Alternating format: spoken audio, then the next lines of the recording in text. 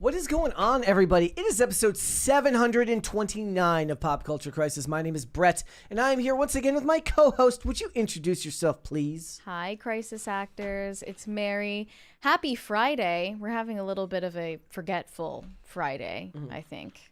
We're feeling a little bit out of sorts. It's fine. I think it might be that we had lunch.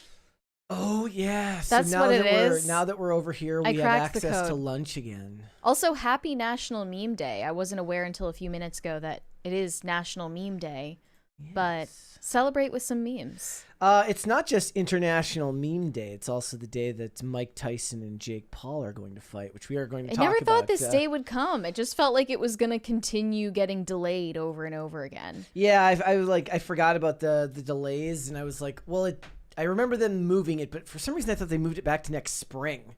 But I guess not. It was Mike autumn. Tyson's gonna be dead by then. So we're gonna have to wait and see if that's true or not. We don't know about that, guys. Before we get started, hit the like button on this video and subscribe to this channel. If you have not subscribed to us yet already, please and thank you. Remember to share this live stream, these segments that we make out with your friends, your family, your loved ones, people you like, people you hate, everyone in between. The more people you share it with, the faster channels like this can grow. It is the best way to help us. Also, a point of contention to remember, if you don't get a chance to watch every episode, we do post clips at 8 a.m. noon, and then we also post clips from previous shows at both 7 p.m.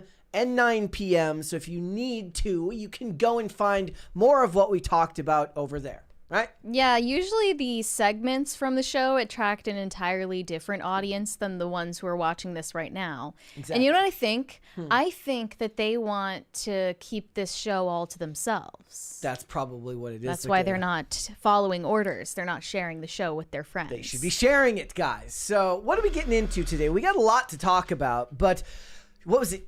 Yeah, okay, first of all, yesterday or 2 days ago that we talked about Rachel Zegler?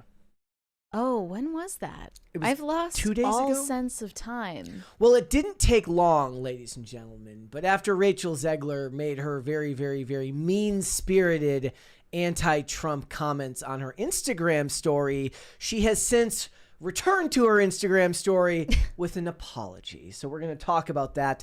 We're also going to talk about J.K. Rowling, who cannot be kept down by anyone. You know, that's what happens when you create something as big as Harry Potter, and the studio needs you more than you need the studio. There's articles going on about how she is involved in the new Harry Potter television show, which they are currently in the process of casting, or at least they're about to start casting. So we're going to talk about that. We're also going to talk about Sylvester Stallone, who's in a little bit of trouble because he's a pro-Trump guy, and he came out and he gave a speech. He likened President Donald Trump to George Washington, which is a very based take. So we're going to talk about some of the backlash against him. Of course, Tulsa King has been holding steady in the ratings all of season 2, right up. You know, it's not number 1 like the Penguin, but it's been in the top 4 or 5. So we're going to talk about that. I have a 20 before you get to the last topics. Pop Culture Junkie had a strange dream about you folks. I dreamt a man with a fake gun broke into your studio while you were live and stole your fake money thinking it was real.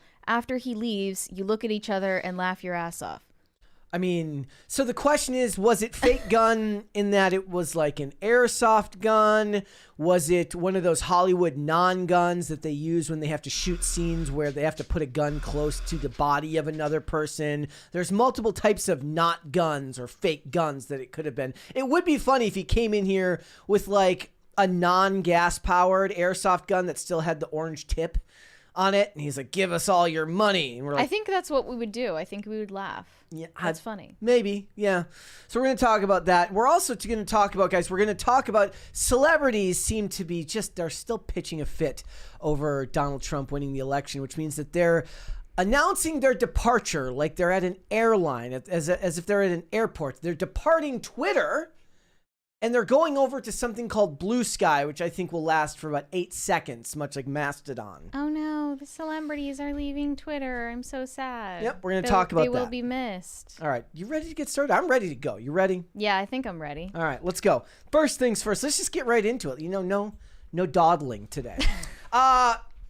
If you guys are looking to attend college, perhaps you're looking for higher education, you want to go someplace in life that requires a college degree, well, now you can get a degree in Beyonce. Okay, I'm being hyperbolic. You can't get a degree in Beyonce, but you can take a college course in Beyonce. This looks like you have to get into Yale first, the absolute state of Ivy League universities. Yeah. So Yale is offering a course on Beyonce in 2025. This is not the first example. Nope. We've talked about it before. Lots of these. I mean, there was a previous course on Beyonce. We also talked about a course on Taylor Swift. There was another one on Harry Styles and his impact on masculinity, meaning he eschews masculinity. Yeah. Here it's titled Beyonce Makes History, Black Radical Tradition, Culture, Theory, and Politics Through Music, focusing on the period from Beyonce's 2013 album through this year's genre-defying Cowboy Carter, and how the world-famous singer, songwriter, and entrepreneur has generated awareness and engagement in social and political ideologies. This professor, Daphne Brooks, intends to use the performer's wide-ranging repertoire, including footage of her live performances, as a portal for students to learn about Black intellectuals, from Frederick Douglass to Toni Morrison. Quote, "We're going to be taking seriously the ways in which the critical work, the intellectual work of some of our greatest thinkers in American culture resonates with Beyonce's music, and thinking about the ways in which we can apply their philosophies to her work and how it has sometimes been at odds with the Black radical intellectual tradition." This, ladies and gentlemen, is why Americans will live their lives in debt. Because they will go to a 4-year college and they will spend thousands of dollars on courses like this. This professor credits Beyonce with using her platform to spectacularly elevate awareness of and engagement with grassroots social political ideologies and movements in her music, including the Black Lives Matter movement and Black feminist commentary. Brooks said, "Can you think of any other pop musician who's invited an array of grassroots activists to participate in these long-form multimedia projects that she's given us since 2013? Beyonce has also tried to tell her story through music about race and gender and sexuality in the context of the 400-year-plus history of African-American subjugation. She's a fascinating artist because historical memory, as I often refer to it, also has the kind of impulse to be an archive of that historical memory. It just is all over her work, and you just don't see that with any other artist. None of these words mean anything. And she also wishes that Beyonce would be on tour in 2025 so she can take her students on a field trip. Allow me to ignore everything that Mary just said and remind you that no college, not one, zero, zip, zilch, nada, none should ever offer these types of elective classes. You should go straight to course-specific work for your major. Everything else is just adult daycare. We have another 20 from Jose Quintana. Brett, Tulsa King is another awesome series on Paramount Plus. Happy Friday. I will be seeing Red One this evening on IMAX. Review on Monday. Yeah, let's go. I would always follow any order of my Ghost Empress, or that order my Ghost Empress gives me. She reigns. Long live PCC. I think she would have told you not to go see Red One. I would have. Yeah. Go see it. Let me know what you think of it. Maybe if you can get a refund. There that was would a help. really funny story, guys, about how The Rock said the inspiration for Red One was seeing Oppenheimer in IMAX, and then so even Stan Twitter was making fun of him, where discussing film put The Rock's quote about Red One being inspired by Oppenheimer in a post, and then right under it said Red One has a Rotten Tomatoes score of 36. Yeah. Yes! He's delusional. Yep.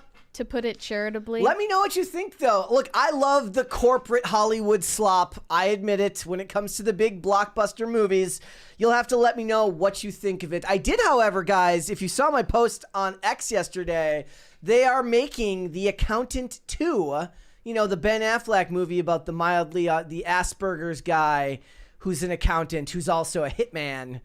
We have another 20 from Nate. Haven't been able to watch live all week. Just received some pretty bad news. At least the Crisis Gang is here to pick me up. Well, we're sorry to hear that. Yeah. Even though we don't know what it is. I Glad am very that sad to hear that. you can still watch and have a distraction. That's all. What you should do, Nate, after this show, if you want to feel better, is go watch the original movie, The Accountant, with Ben Affleck and what's her name from Pitch Perfect, Anna Kendrick. Anna Kendrick. She's the worst part of that movie. It's also got Jon Bernthal in it because Jon Bernthal is in everything.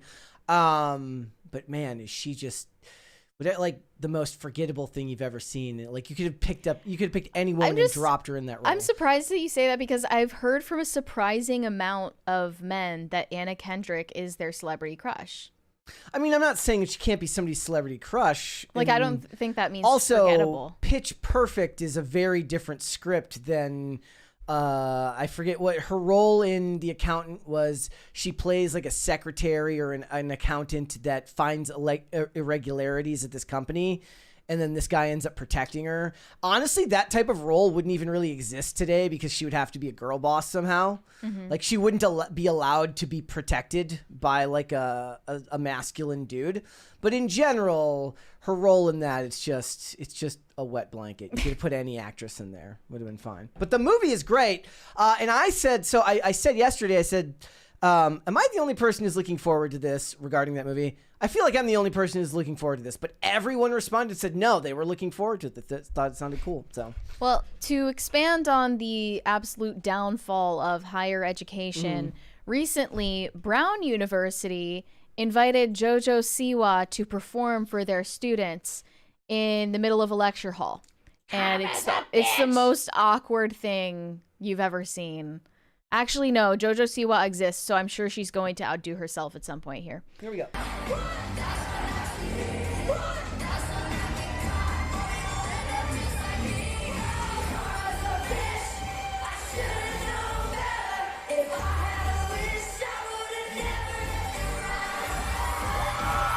Okay, at least they started cheering a little bit at the end. The quietness was the part that was getting No, but look at the front row. They're all just sitting there. That one dude's definitely got his legs crossed. With his legs crossed, yes. This dude over here is just like complete silence. He's like, yes, karma, yes. What is that about karma, yes? And she's just up there shaking her little ass in cargo shorts and a muscle tee. It's just so much energy for the setting. It doesn't make sense. She looks like she would have been in the band Sugar Ray in the late 90s. More like Sugar Gay. Yeah, am I right? So yeah, that's the kind of gig that JoJo Siwa is taking now at this point in her career. I feel bad for her. We have another 20 from Jose Quintana. Brett, are you demanding that I go against the order to not watch by my Empress? Is this PCC treason? I cannot be disavowed twice by Mary. By the way, The Accountant was quite smart. Empress, did you see Krampus? Long live PCC. A lot of people really like Krampus. I didn't see it. When did that come out? It was a Netflix animated movie from like 2017. I did not see it. I don't think so. But I think that you should go see it anyways. That's all I'm saying. Especially if you already bought the tickets. If you already bought the tickets, you should go see it. Okay. It's nothing personal against The Rock. She really does look like... Yeah.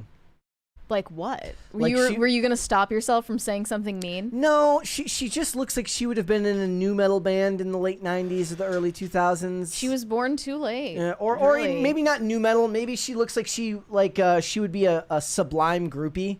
Look, I know everyone makes jokes about like majoring in underwater basket weaving or lesbian dance theory. Mm-hmm. We are not far off from that. Actually, I think watching that video of JoJo Siwa, that is lesbian dance theory. Yeah, pretty much. And again, colleges should not be doing this. They're stealing your money. They should be sending you straight to classes that pertain to your major. Selling something stupid to a stupid person isn't thievery, unfortunately. It's the okay. They just realized what they could get away with. This is not IRL. We will not get into this. I was about to get into deeper than that. We're not going to do that. All right, let's move on. We got more stuff to get into today. So if you guys don't know, tonight at 8 p.m. Eastern, I believe that's 5 p.m. Pacific, is the Mike Tyson and Jake Paul bout. It is on Netflix. And yesterday they had their weigh-in, and all hell broke loose during this event after Jake Paul stepped on his feet. Stepped on Mike Tyson's feet. Jake Paul was wearing shoes. Mike Tyson was just like me. He's like, I'm going to my socks, bro. Mike Tyson absolutely lost it. He lost his temper and slapped Jake Paul in the face. Here we go. Oh, there's the infraction. Right there. Okay.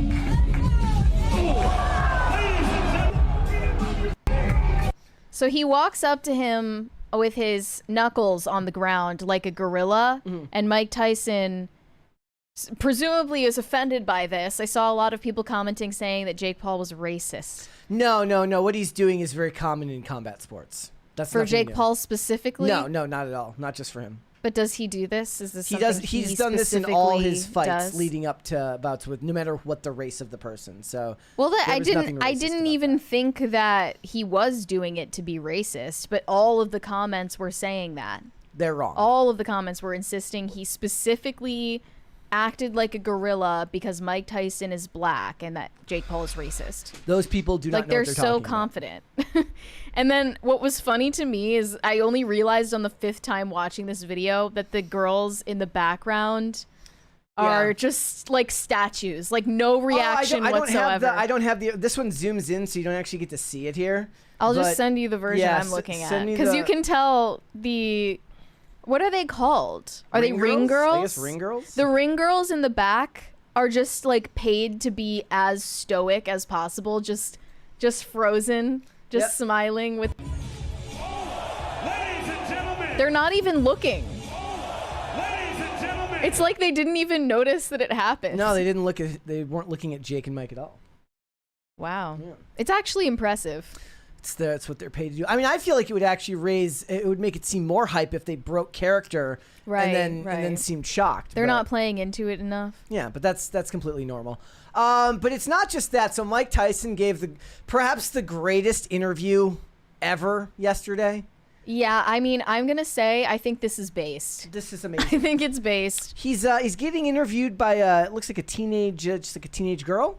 She looks like she's Preteen? like in middle school. Okay, so I don't know why this middle school girl has been interviewing all these celebrities. I've seen her face before. Wait, didn't we do a thing about this where she's like famous now for interviewing? Yeah. Okay, this is that girl? Yeah. I don't remember her name. Okay, here we go. Oh, it's Jazzy's World TV. Okay, here we go. Well, in your return to the ring for this fight, you are setting a monumental opportunity for kids my age to see the legend Mike Tyson in the ring for the first time. So takes a after dark such a successful career, what type of legacy would you like to leave behind when it's all said and done? Well, I don't know. I don't believe in the word legacy. I just think that's another word for ego.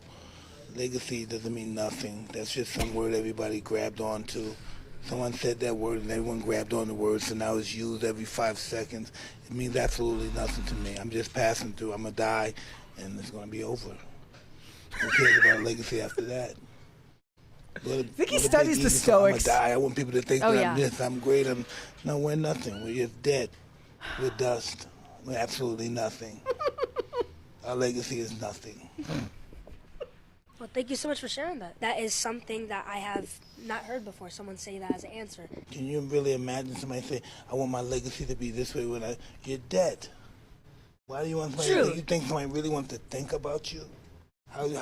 What's the audacity? I think, I want people to think about me when I'm gone. Who the fuck cares about me when I'm gone? Or my kids, maybe, or grandkids. Who the fuck cares? Crisis Party. Thank you, guys. Thank you. That was a great timing on the Crisis Party. Yeah. Incredibly based interview with Mike Tyson. Memento mori, am I right? Hello, Camelot, in the chat. To dust you shall return. You know what it is? And I know what this is. This is just, when you do a lot of mushrooms, this is exactly how you think. No, this is literally the religion. This is literally my perspective as a Catholic who has never done shrooms. Well, if he's not a Catholic, this has got to do with shedding your ego, which is... No, because if that were the case, he would be sounding like Ian, and he would start talking about electromagnetic waves and how he would become one with like the stars or something. He owns a weed company, okay? I think it's probably the shrooms and the weed, and that's okay. If it's made him more No, he's introspective- literally right. How is he wrong? His answer is completely... I did not say he was wrong. I'm saying that I don't think religion led him to these answers. Oh, no, I'm not I saying think the it shrooms and the weed led him to these answers, and I'm okay with that. It doesn't even sound crazy, though. Like, it's not... Like, no, that's a totally it doesn't at all. Actually, I know it's weird because he's talking to a child, but it's a totally normal response. Yes. I mean, it's just not the answer. Like, it's funny that he's there with a kid, like, telling this kid that, but, like, actually, he's completely, he's right on the money. Like, nothing he said was even, like, weird or crazy.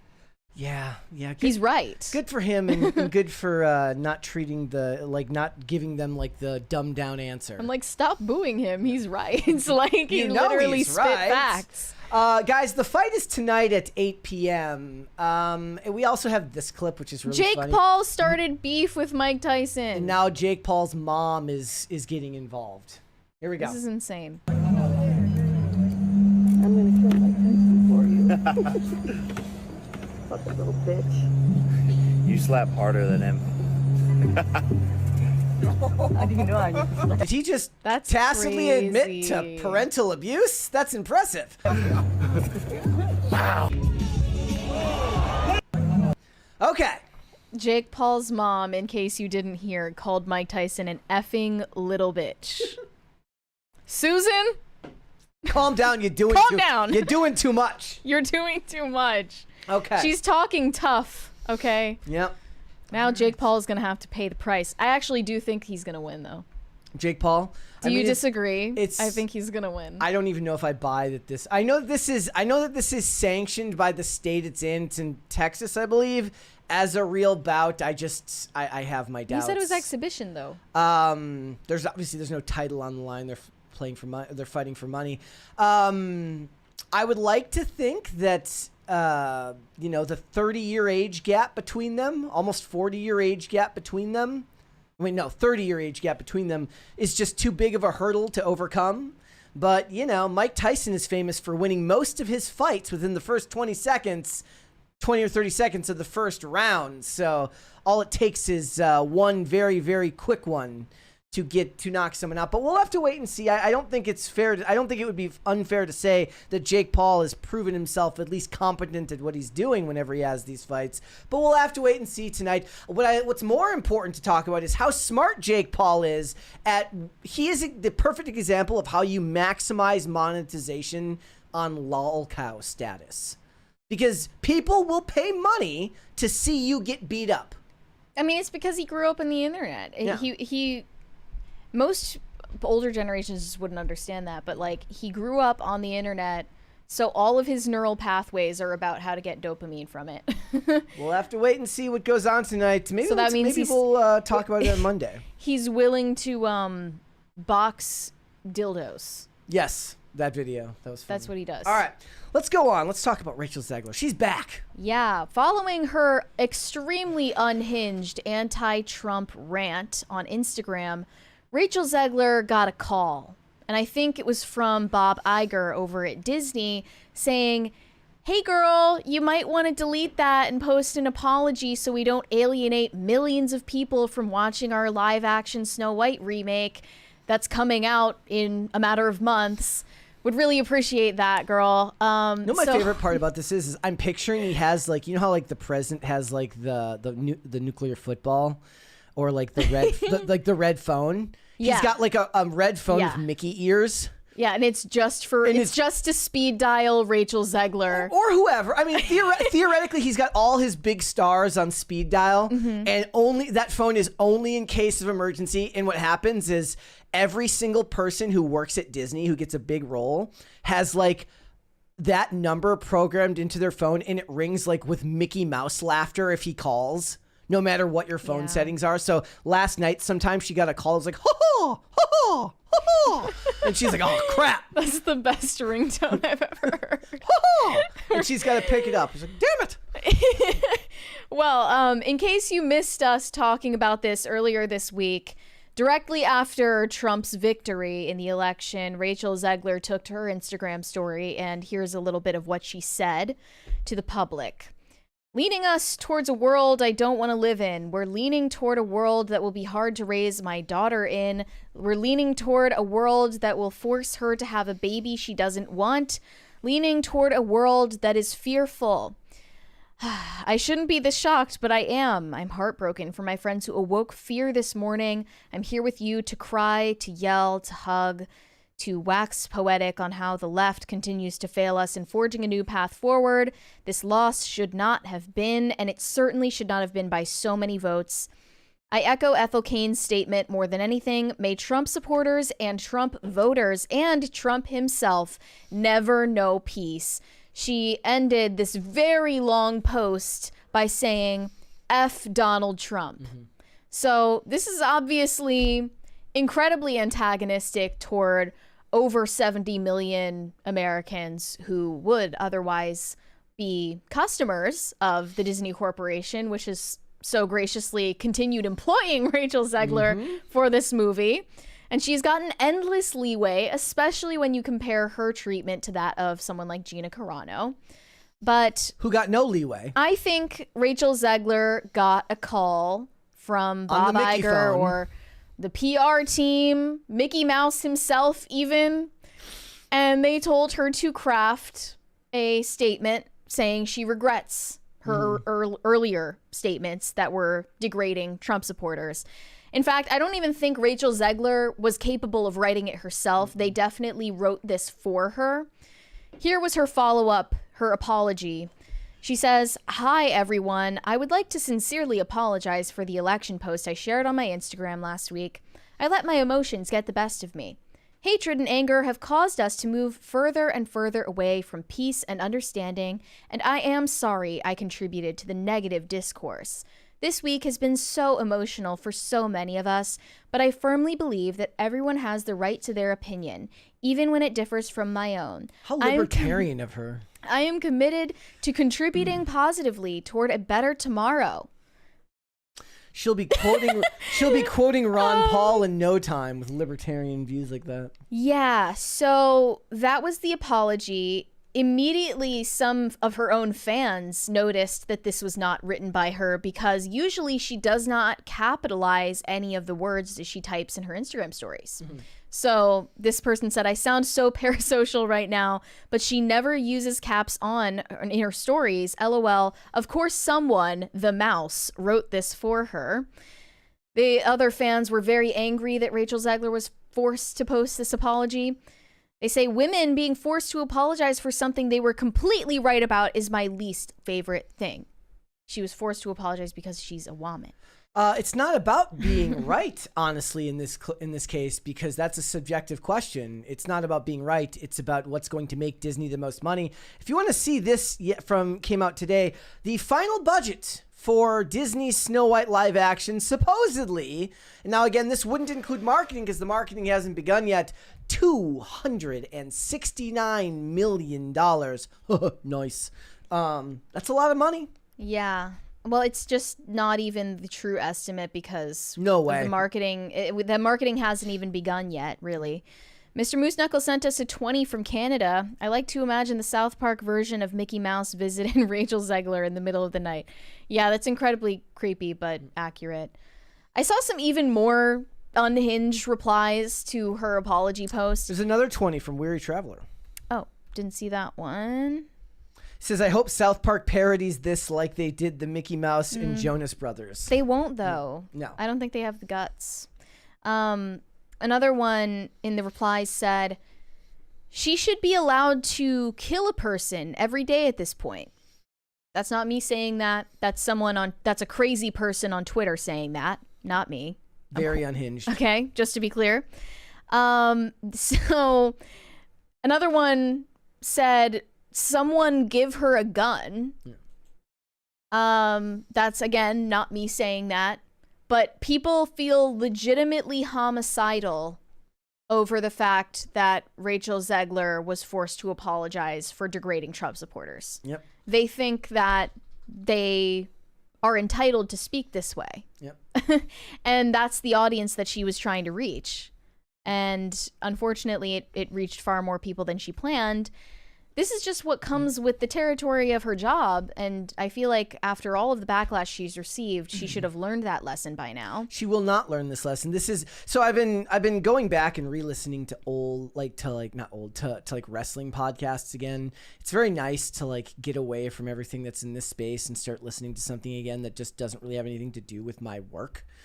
Yeah. Because I don't feel the need to like I hear something relevant and then take notes. Which happens a lot. You know what I'm saying?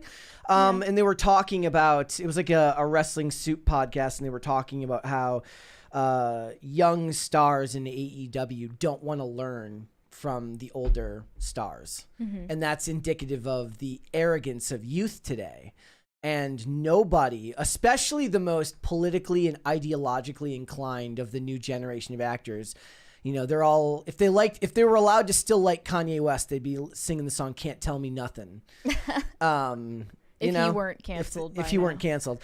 Here's an update. So, again, the budget for this movie is probably way more than $269 million if I had to guess, with all of the reshoots and all of the delays. They even lied about why it was getting delayed. So, as it was revealed in a new report from Forbes, Disney spent a whopping $269.4 million on Snow White, which was largely a result of extensive reshoots and various delays. This was disclosed because the studio is taking advantage of tax credits for qualifying films offered by the UK. That is like the number one way to get accurate numbers, is the amount of stuff that's getting filmed in the UK now requires tax disclosure. So you're seeing a lot of stuff in that. So it says, the Mouse was forced to report all spending given for the production. Fortunately, the report also notes that Disney received a $55.5 million reimbursement thanks to those tax credits, bringing the studio's net spending on the film down to $213 million. Look, they shift money around constantly. They pay themselves to their own vendors. Hollywood is one big, very, very, very big money laundering scheme. In many ways, I don't believe for a second that it only cost $269 million. I don't believe that it cost $213 million, certainly. So. It's just crazy how even in these new reports, they're still lying about why Rachel Zegler got backlash. Like, they're still doubling down on the narrative that it was because of her skin color. Somebody pointed out, they said, notice that Variety reported on her apology, but they didn't report on her initial comments to begin with. Yeah, interesting. Funny that. We have another 20 from That Stanzatastic. Wait, so now Mary is on the right side of the screen? Am I being gaslit? That's so doom. What are you talking Hope y'all have a about? great weekend. P.S. The new studio feel is evolving. Great work. Still have room. Praise be to Space King, I guess. Like, what are you talking about? She was always on this side. You're actually crazy. You're losing going. your mind. I think maybe, here, look. You might need a nap. Drink some water. And if it's still bad tomorrow, you might want to maybe see a doctor, because I think you're losing it a little bit. You need some smelling salts and a fainting couch. Yes. Anyways. A few more responses from Rachel Zegler's fans saying, she should not have to apologize. This breaks my heart genuinely. I'm so glad she is off this app. As you know, Rachel Zegler quit X after the election. She deserves so much better. Another one said she shouldn't have to apologize. She was right. I support her rights and wrongs. I mean, that actually kind of makes me laugh. It's funny how we're always expected to accept, forgive, and be polite. But every bit of hate and anger they express is valid and allowed no matter what. Do you want to know why that is? Because the people with the hate and anger, they have what is called the money. The money that you want by selling a product to them. That's the problem with corporate art. So if you want the mean alt-right Yahtzees money, you want them to bring their kids to see your movie, what they ask for you is to not be a brat for like the year it takes for your movie to come out. I know that that's tempting to lose a whole year of brattiness. And we mean brat in the insulting way. Yes, not the Charlie mean XCX way. Mm-hmm. Yeah. And another one, of course, they found a way to blame Gal Gadot. They say, I blame Gal Gadot for this. No. I don't know what Gal Gadot did to cause this. She wasn't stealing Rachel Zegler's phone and typing this whole thing out. They just really hate her because she's Jewish. I don't understand. Is it really just that? Yeah, I do. I think that they really hate her because she's Jewish. I guess she's on the Stan Twitter shit list. Yep. We have another 20 from That Stanzatastic. Misa being so gaslit. Shut up and take my money. I don't know what these people are talking about. I haven't You're done not anything. being gaslit. Everything is where it was. You're actually crazy and you're not being gaslit. What does that word even mean? Yeah. Maybe you should Gaslight? Maybe you Did should. you make that up? Yeah, it's weird. Okay. All right. Look, she's not going to learn her lesson, guys. But to be fair, if her movie does well, she will then continue to get to the work. What it should actually encourage for her is the idea of meritocracy, which is that if you're really, really good at your job, if you are really, really good at delivering on the promises you make to people, if Disney says, we're going to give you this role, and you say, I'm going to deliver you a movie that's going to do numbers at the box office, you could be like somebody that, like J.K. Rowling, who can create something that's timeless. Yeah. And then you can say whatever the hell you want because they need you more than you need them. But now that's not the case with most of these actors. With most of these actors, you need Disney more than Disney needs you. There's a number, there's a train of fresh-faced actors coming into the Hollywood cycle every day. They don't need you. You need them. You know what you can say? You can go in, you can talk to the president of the Disney Channel, and you can say, I want to make history. Yeah. And that's what this is. It's history. Okay, let's read some super chats. Shane H. Wilder said... not super chats. We got Cringe and Cute of the day. Oh, okay. Yeah, we got Cringe and Cute of the day. What would you like to see? Cringe or Cute? Cringe? Let's start with cringe. Cringe? Okay. Yeah. All right, we'll do that first. Here we go, ladies and gentlemen. I just have this whole treasury of cringes I've been sending you. Yes. Just doling them out one by one. All right, here we go. This is a pickup line. What's the time? He said, what's the time? 5:06. Thank you. I just want to know the exact time where I fell in love. I just thought you were beautiful. I was wondering if I could get your number. Yeah, you got that. No, I'm going to get copyrighted for this song. No, it's only like 3 seconds long. She's just like talking over it. That was awful. Bro pulled out the Bluetooth speaker to make it into a Sigma edit. See, if this was in a movie, he would go like this, and it would just come out of nowhere. Yeah, and then everything would turn black and white. Yeah, and like the and lights. Peaky would Blinders dim. would suddenly play in the background. Yeah, and he would start mewing, and then she'd be rizzed. It would be curtains for her. Oh. No, I just love how she was like totally unfazed. Like this is like the 6th hour of her shift. Third person to do this, and the third person to do this. She's like rizzing for content, ain't it? Cuz she's like, this is the 3rd time I've been filmed for a TikTok today. Like, move on. All right, let's do cute of the day, guys. We got some cute of the day. Here we go. This one was, I found some old ones that I think I missed before. This one is from Steve. Says, our dog Link is sporting the new Deadpool gear for his Halloween costume. Dogpool. Aw. See, I'm pro putting dogs in clothes. Brett is not. I'm not. I mean, Halloween costume is a little different than just doing it normally. Oh, is it? Oh, now we're making exceptions. Somebody's anti-nuance, I see. Yeah. Very cute. Thank you for that, Steve.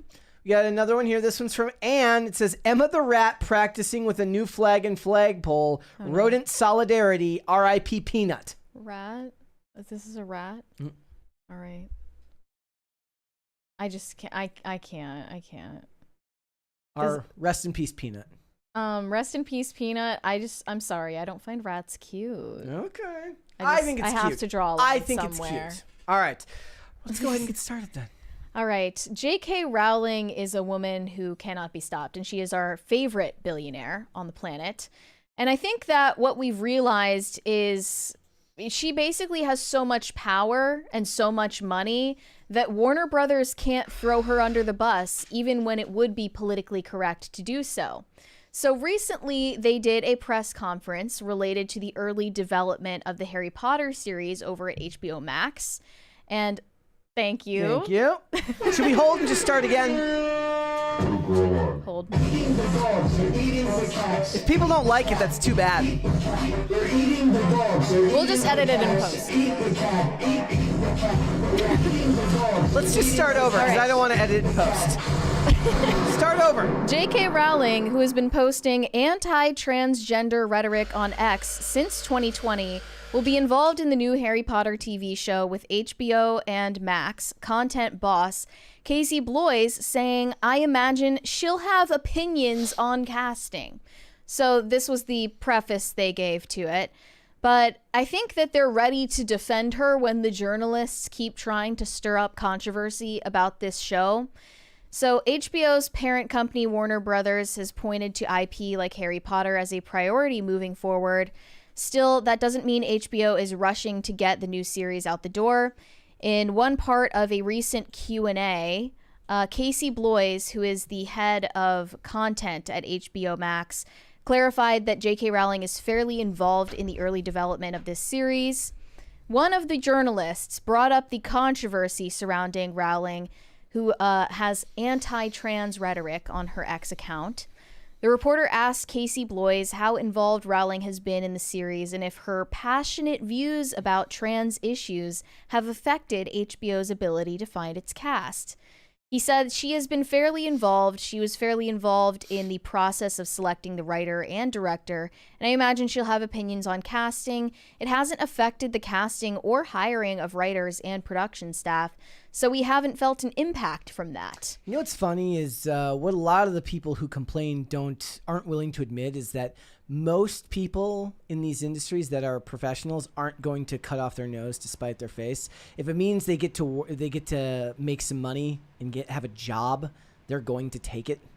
Sure, yeah. Right? Like nobody's ditching Tulsa King season 3 because Stallone spoke for Donald Trump. Sorry, that's not going to happen. Well, it's easy to stick to your principles without exception or nuance when you're poor and you have no money to make off of betraying your principles, or you're rich and staying true to your principles, which are leftist, actually enriches you.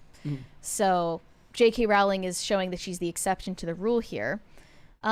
Casey Bloys comments on Rowling's social media posts and the backlash to them. This says, HBO confirmed the Harry Potter show. Casey Bloy called the controversy a very online conversation. That's true. And he added, our priority is what's on the screen. Obviously, the Harry Potter story is incredibly affirmative and positive and about love and self-acceptance. That's our priority. What is on screen? I guess I agree, but Casey Bloys is just not the person to be saying this. Like, he is because the most chronically online guy. We have talked about him before. I recognized him from a previous segment where he was caught telling interns at Warner Brothers to start fake Twitter accounts and fight with people on Twitter if they didn't like HBO shows. Like, he was dictating clapbacks to interns to deliver on Twitter at like multiple different occasions. He had them create sock accounts so that they could start arguments with people who didn't like their shows. It is a terminally online discussion, though. This whole thing is, right? Harry Potter is one of those things. One of the examples that I always give is like, if you look up J.K. Rowling on the internet, you get vastly different results than if you look up Harry Potter. Sure. Okay, so if you look up Harry Potter, the first 3 pages of search results are very likely going to all be related to Harry Potter events, Harry Potter attractions, Harry Potter merchandise, news updates regarding the franchise.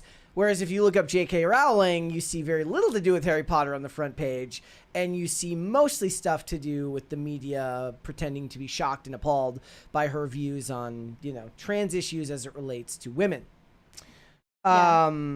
But it is not one of those things that I feel permeates into normie culture that far. Her views, meaning that you could see the most normie of family YouTuber go to Harry Potter World or go to visit the Wizarding World at Universal Studios or whatever, and maybe there'll be some comments about J.K. Rowling's views in the comment section of those videos, but normies don't know or care. It's not relevant to them. We actually hit the, I think, 22nd year anniversary for Chamber of Secrets. Yeah, I saw that today. And I actually looked at the comments about it on Popbase. Most of them didn't even mention J.K. Rowling. Like, it's gotten to the point, it's such a relevant franchise that she's not associated with it, almost. Like, she has control behind the scenes, but people think about the story. They don't think about her. And that's a credit to her as a storyteller. It is weird how Everyone argues about whether Die Hard is a Christmas movie.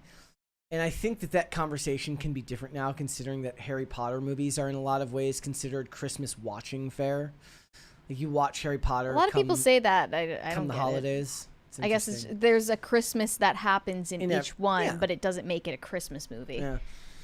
At least that's my take on it. You know, this work will outlive her far and wide, and the question will be down the line is who will care for this franchise when she passes on.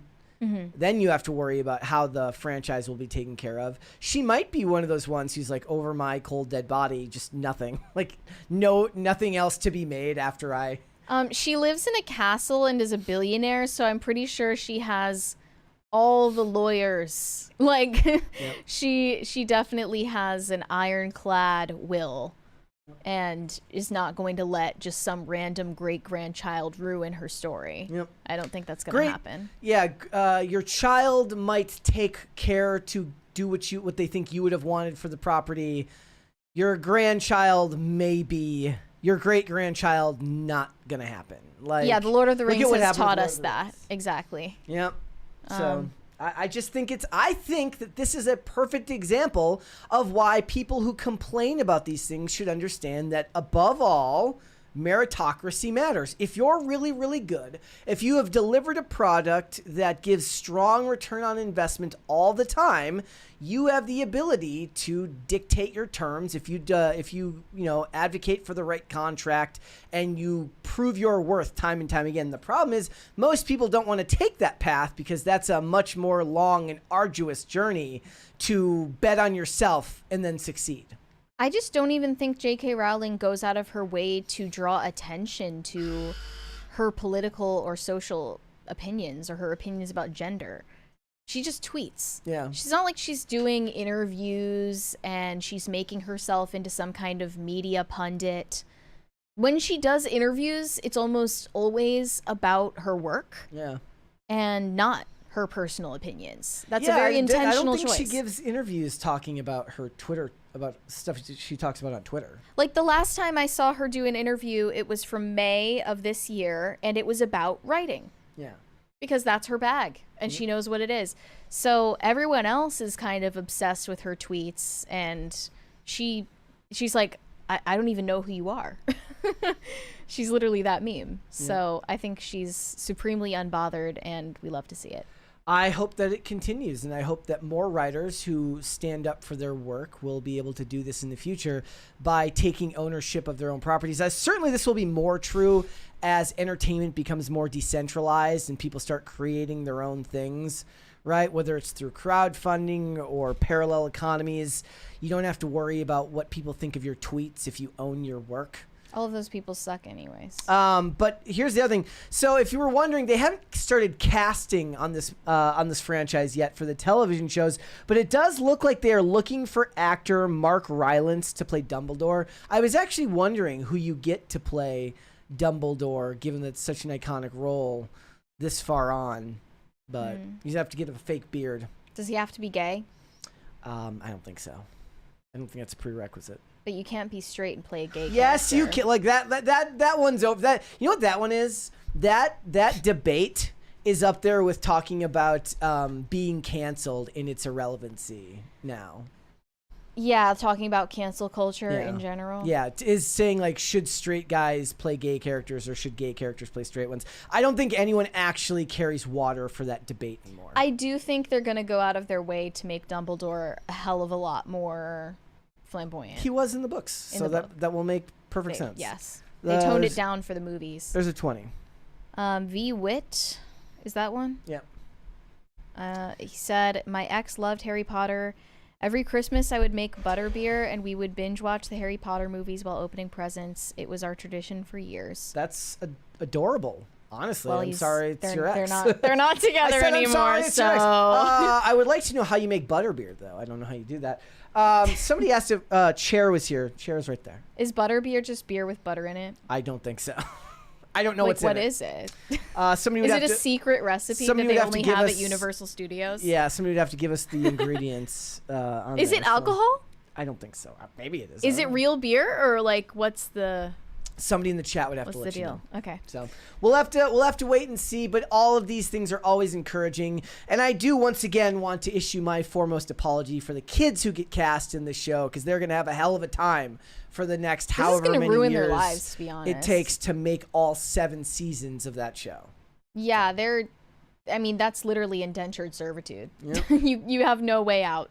All right. Let's All go right. to Super Chat. Shane H. Wilder said, "Happy Friday, Brett and Mary, and a happy National Meme Day. May your feeds be filled with dank Pepe memes and lolcats." Remember Dat Boy? Dat Boy? As a meme? Yeah. You have to send it to me. So You I don't can remember see that it. one? It was a frog on a unicycle. Oh, yes. Well, I don't know, you always give me, names for memes, and I know them by sight, not by... You're more chronically online than me, even, so... I think I might be, yeah. In the chat, I just thought this was good to reference. They referenced her book series. Rowling writes a modern-day detective series. Strike, also involved in the series. She's definitely liberal. Yes, the Cormoran Strike television show, CB Strike, is actually quite good. You can go watch it on HBO Max. I would argue that the first 2 seasons are by far the best. When it got into season 3, it started to drag so much that I just kind of went off. Why would they start by making a Strike series and not a Harry Potter series? Less material, and they were already going to do the Harry Potter series, I'm sure, at that point. And they were still doing the Fantastic Beasts movies at that time. Yeah, that's dead now. Dead in the water. I did, however, try to start the brand new Aldous Hodge Cross series, which is based on the character of Alex Cross, and I got through about 1 episode. The show, the cinematography is so dark in the most uninteresting way you could possibly imagine. This is not Morgan Freeman as Alex Cross, and I do like Aldous Hodge, but it wasn't good. It was literally the thing. I had to turn all the lights off to be able to see what the hell is going on, because the whole show is just shot so damn dark, and it's a bummer. I probably am not going to continue watching it. It was created by a writer named Ben Watkins, who I really, really enjoy the work of. He was one of the more prominent writers on Burn Notice back in the day. He's also, oddly enough, an actor who guest starred on a couple episodes, but more known for his work in writing. And the characters in the first episode were so cartoonish that I just turned it off. And it wasn't, I guess I couldn't get used to Hodge's portrayal of Cross. Again, I didn't read the books, but it's so different from the way that Morgan Freeman portrayed the character in Kiss the Girls and Along Came a Spider, that he has this, Aldous Hodge has this bravado that just didn't seem to be there. Granted, it was of a different time, because those movies came out in 1998 and 2001, so it felt like Aldous Hodge playing the character, which, again, love his acting. I don't know if he was the right choice for this character, but... Marco said, "Anybody remember when McDonald's sold Wayne's World and other VHS tapes?" I didn't know they sold VHS tapes. I never knew that. You're going to need to find that on eBay. Yeah. The Wayne's World McDonald's VHS tape. I do have my own copy of Wayne's World on VHS still. Why? I still have all my VHSs. Just to have in it? storage, yeah. Potatoes for Seamus said, "Brett snubs his fans. Justice for Mocha. Oh, LOL. yes. Potatoes, I apologize. You did send a super chat at the end of the day yesterday, but I had already X'd out. What this is I about. apologize. You are seen. You are valid. You were seen, heard, validated, Yep. etc. Do one more. Corey Anderson said, Mocha versus Rachel Zegler. I think we'd sooner have Rachel Zegler on the show than Mocha. Yeah. Oh, yeah. I actually would love that. I would love to generally have people on the show that don't really align with us on a lot of things. I mean, it would be great to have her on and not ask her questions about the fandom stuff and just talk about the movie and see if we can get her to sell it. Or just not ask anything about the movie at all. What are you wearing these days? What are your clothing? What are your fashion choices? Yeah. That's what Mary would ask, and I'd be like, so Israel-Palestine, huh? Yeah, what do you think about Palestine? What do you think about Palestine? All right, let's hold off on the rest and let's come back after the fact. We got more. Sylvester Stallone is getting a lot of backlash right now from former fans because he came out in support of his longtime friend Donald Trump. I wasn't aware that Sylvester Stallone was a Trump supporter, actually. I just thought they were friends, and he never said anything political about it. But recently, Stallone was invited to give a speech at Mar-a-Lago, and he said that Trump is like the second George Washington. He said, "We're in the presence of a really mythical character." I love mythology. "This individual does not exist on this planet. Nobody in the world could have pulled off what he pulled off. When George Washington defended his country, he had no idea that he was going to change the world, because without him, you could imagine what the world would look like. Guess what? We've got the second George Washington." And this was, I think, at an America First Policy Institute event they did.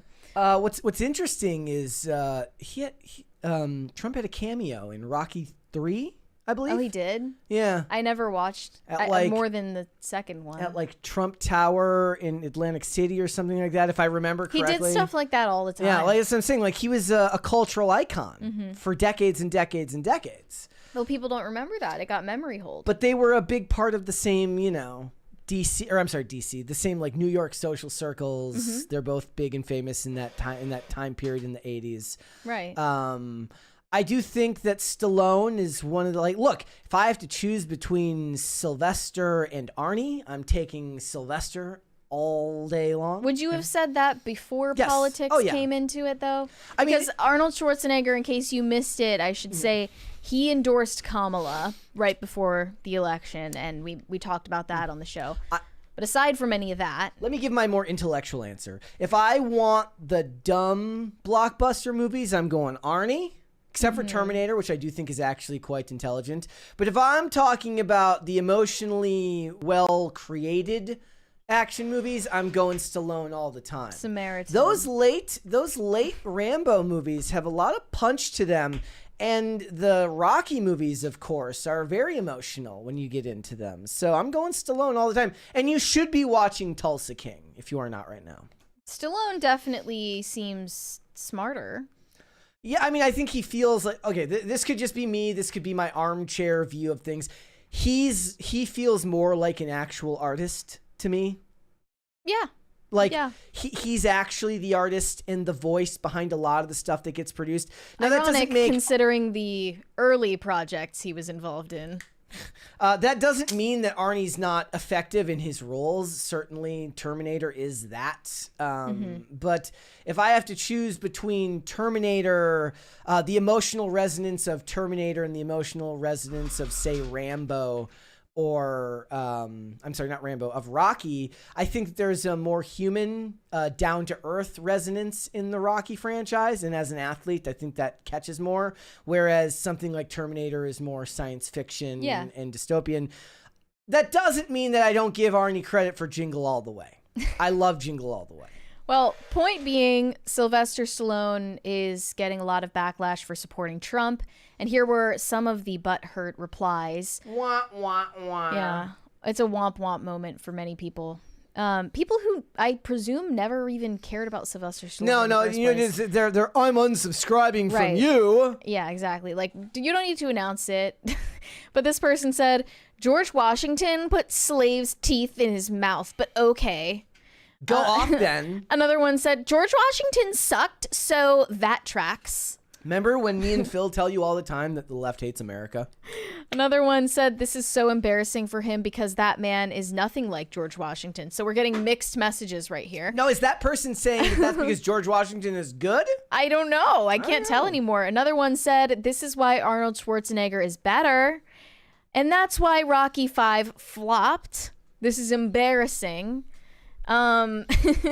George Washington was a slavery and racist. So that he was a slavery. I don't think that person is American. Please explain in pop terms. I just think they do that on all pop base. So I was following, you know who I was following for the election results? Pop base. Kamala stuns in new rally. Say this in pop terms. Yeah. This is just a bromance, and they hate to see it. Yeah, they have such they hate chummy to see photos two bros together. doing good. The photos of them together throughout the years are just actually very heartwarming.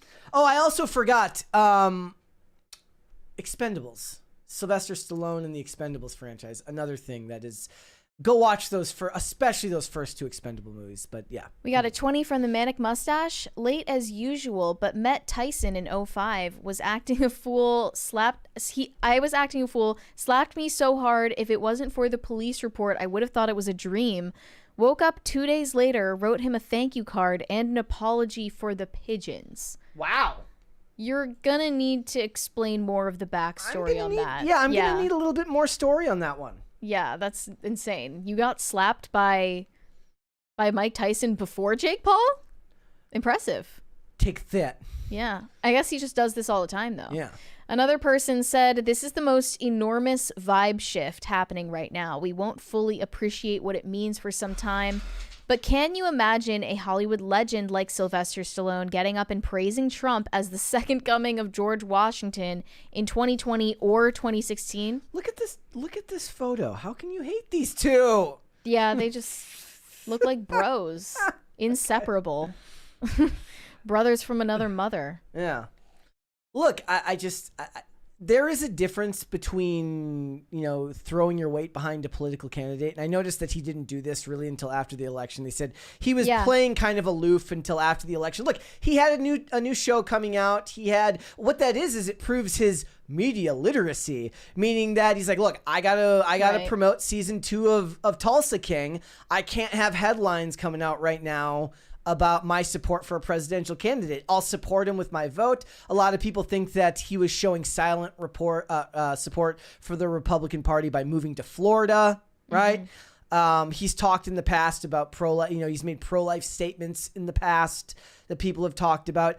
I appreciate somebody who understands that when I've got work coming out, I can't be talking about politics. Now, people in politics will complain and say it's your duty to, and both sides do this, make no mistake. Both sides will tell you that the fate of America is at hand and you need to support the candidate, otherwise you're just like them. Well, no, if we're going to tell actors to shut up and stop talking about politics, I cannot hate on somebody who's going to vote for somebody on the side that I hold more closely, that my views hold closer to, either if what he's doing right now is promoting the next season of his work, right? That doesn't bother me. Yeah, I agree. And I think it is hypocritical for conservatives to say, like, celebrities, shut your mouth about politics. Except for when they support us. If you agree with us, you're literally duty bound to talk about politics. But I think it's my preference that they would stay out of it altogether. Yeah. Regardless of where they land on the political spectrum, actually. I mean, but look, I'm going to be honest. I don't, because it gives us stuff to talk about at work. If the ones on the left, if the celebrities on the left have the biggest megaphone, it's better, I guess, in that case, since that's inevitably that comes with the industry, for there to be some people counterbalancing that. Yeah. But it's usually going to be from the older generation of Hollywood who are not worried about their careers anymore. Well, not worried about losing their careers. But also people that are older have a better understanding of media and decorum. Right. Meaning, like, they understand they've got a project coming out, so maybe I hold on to my statements for now while I promote my project. The problem is that the next generation of actors have been so thoroughly propagandized that they think it's the end of the world, so they got to talk about it now, ignoring the fact that they've got work coming out that cost millions of dollars to make, and involved in its success is beneficial to more than just them. It's also beneficial to all the other people in the project who would like to work further in the industry. On the other hand, Ava Longoria has spoken out about her decision to leave the U.S. and never come back. Actually, she left initially during the pandemic lockdown period, but she says most Americans aren't so lucky. They are stuck in this dystopian country, and my anxiety and sadness is for them in the wake of this election. I think what most people don't realize is it's actually your phone giving you anxiety. It's sitting on your phone and reading bad news all day that gives you anxiety. You're not actually seeing it in the real world. In fact, the thing you're probably seeing most frequently are tent cities if you're living in LA. True, yeah. Thank you. Eating the dogs, they're eating the cats, eat the cat, eat the cat. They're eating the dogs, they're eating the cats, eat the cat, eat the cat. They're eating the dogs, they're eating the cats, eat the cat. All right, continue. Well, I mean, at least she recognizes that she's privileged. She outright said that she's privileged. She lives in a villa in Spain and splits her time in Mexico. Yeah. And she wants to tell us what our political opinions She's should got be. one up on Whoopi Goldberg, who can't retire. She actually joined Kamala on the campaign trail, even though she doesn't live in the U.S. Like, at that point, how dare you? Actually, like... How very dare you? How very dare you? Yeah. How absolutely dare you? You don't live in the U.S. You have renounced being American completely. But you care about how our elections go. But you feel you are at liberty to get politically involved and tell people who do live here how to vote? Yep. Like, that's actually crazy. That is the hubris, the audacity. Like, where does someone get the audacity? Yeah. It's funny to see all this stuff happen. Again, wow. What you should do this weekend, guys, is you should go watch some Sylvester Stallone movies. Go watch The Expendables. Go watch Rocky. Go watch Rambo. What is it? There's a lot of them. I wonder how much Ava Longoria was paid by the Kamala campaign. Could be millions. Granted, the numbers that we've already heard about, but Cardi B claims that she wasn't paid anything at all. None. For her political endorsement, which she claims she would never give. Candace Owens tweeted, "Hey, I am Cardi B, working on a story and wondering if you were in any way paid to speak at the Kamala campaign event you spoke at. Thanks in advance." And Cardi B said, "I didn't get paid $1 and that's on my 3. I actually came out of pocket for glam and travel because it's somewhere I wanted to be. Like, please, girl, you know damn well I'll argue you down about politics for free." We all know that that's not what would happen. So are we going to get a Cardi B, Candace Owens debate anytime soon? Because I would be seated. I would love that. I would love that. I would be seated with my popcorn. You know what they would say on Pop Base after Lizzo won the argument? She ate. She ate that. And then Candace was just like, okay, thanks for the response. Yep. Like, I don't think that she really wants to debate Cardi B, but I would still kill to see that. Yeah. All right. Let's go to Super Chats. Red Snow said, "I bet clip watchers don't praise Space King." That's very true. They're not part of the club. They should praise Space King. Kellen said, "Rachel Zegler is starting to grow on me." Is this our Kellen? Is that our Kellen? Because it sounds like something Kellen would say. Definitely. That is definitely something Kellen would use. Extremely contrarian, just for no reason. For absolutely no reason. And I don't even think he believes the things he's saying. Maybe I should give him more credit. I don't know. Anthony Molesky said, this was $4.99 without a message. Thank you. Do 2 more. Corey Anderson said, "Anna Kendrick used to be my celebrity crush. Now it is Vera Dark and Anna That Star Wars Girl. Heart emoji. Also, JoJo is fake gay. Sad face emoji." Is she fake gay? A lot of people have said that, but I don't know. I think... You know what? I can't say much. I can't say much about my theories on that. Another recent but forgettable and fun Stallone movie that you could go watch over the weekend if you have Amazon Prime is Samaritan over on Prime. Just something to think about. Continue. One more. I didn't care for Samaritan. Only personally. I did. Pop Culture Junkie said, "Brett, at the end of the year, you should pass out your best, worst 2024 Hollywood Slop Awards. Top 5? Last year, I made a list of 17 movies that I liked. I don't think I've seen 17 movies that I've liked this year, but I could probably make a list of 5 to 10. But the ones that include the most slop, right? The ones that are categorized as Hollywood slop. It's all slop. It is kind of all It's all slop. Would you consider Oppenheimer slop, or is that an exception? That's artistic slop. Yeah, basically. Look, okay, so I was... this is what I love about Christopher Nolan. I was reading this... I was just scrolling Twitter late at night, as one does, not getting sleep. As you're wont to my do. My brain getting infected with blue light, as it does. And there was this quote from him talking about his favorite scene that he's ever shot was the airplane scene from The Dark Knight Rises, and it included the scene in the thing. And by the time it was done, I realized I'd watched the whole scene from this clip of Bane being put on the CIA transport plane, crashing the plane with the other plane, and then pulling themselves out of it into the other plane. I'm like, frick, this guy is so awesome. Christopher Nolan is so awesome. Slop. but awesome. Very, very well done, artistically beautiful, visually engaging slop. It just awakened the Nolan bro in you. It did, a little bit. You didn't know was there. V. Witt said, never fight an old man that knows how to fight. So you think Mike Tyson's going to win? Well, we're going to have to wait and see. See, the thing is you think that Jake Paul has to throw it? Is he going to throw it? I think that Jake Paul has created a business model where he benefits the most if he loses, but somehow at the same time, you know, he's got to want to win, right? You should let Mike win. No. You should let Mike win. No freebies. I'm not saying he's going to. He should have to earn his reputation. All the memes are like what the world could look like if Mike Tyson beats Jake Paul, and it's the idyllic utopian meme. I never hated Jake Paul as much as Logan Paul, to be honest. The Suicide Forest thing is the one that Jake Paul gets accidentally blamed for. It was Logan who did that.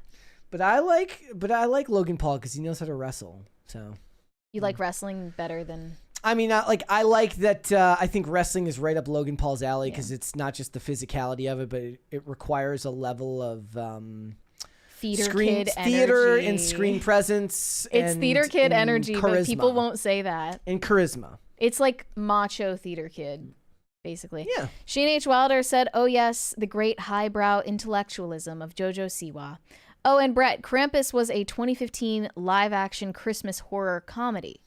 Okay. I'm sorry. I'm thinking of Polar Express. Klaus. No.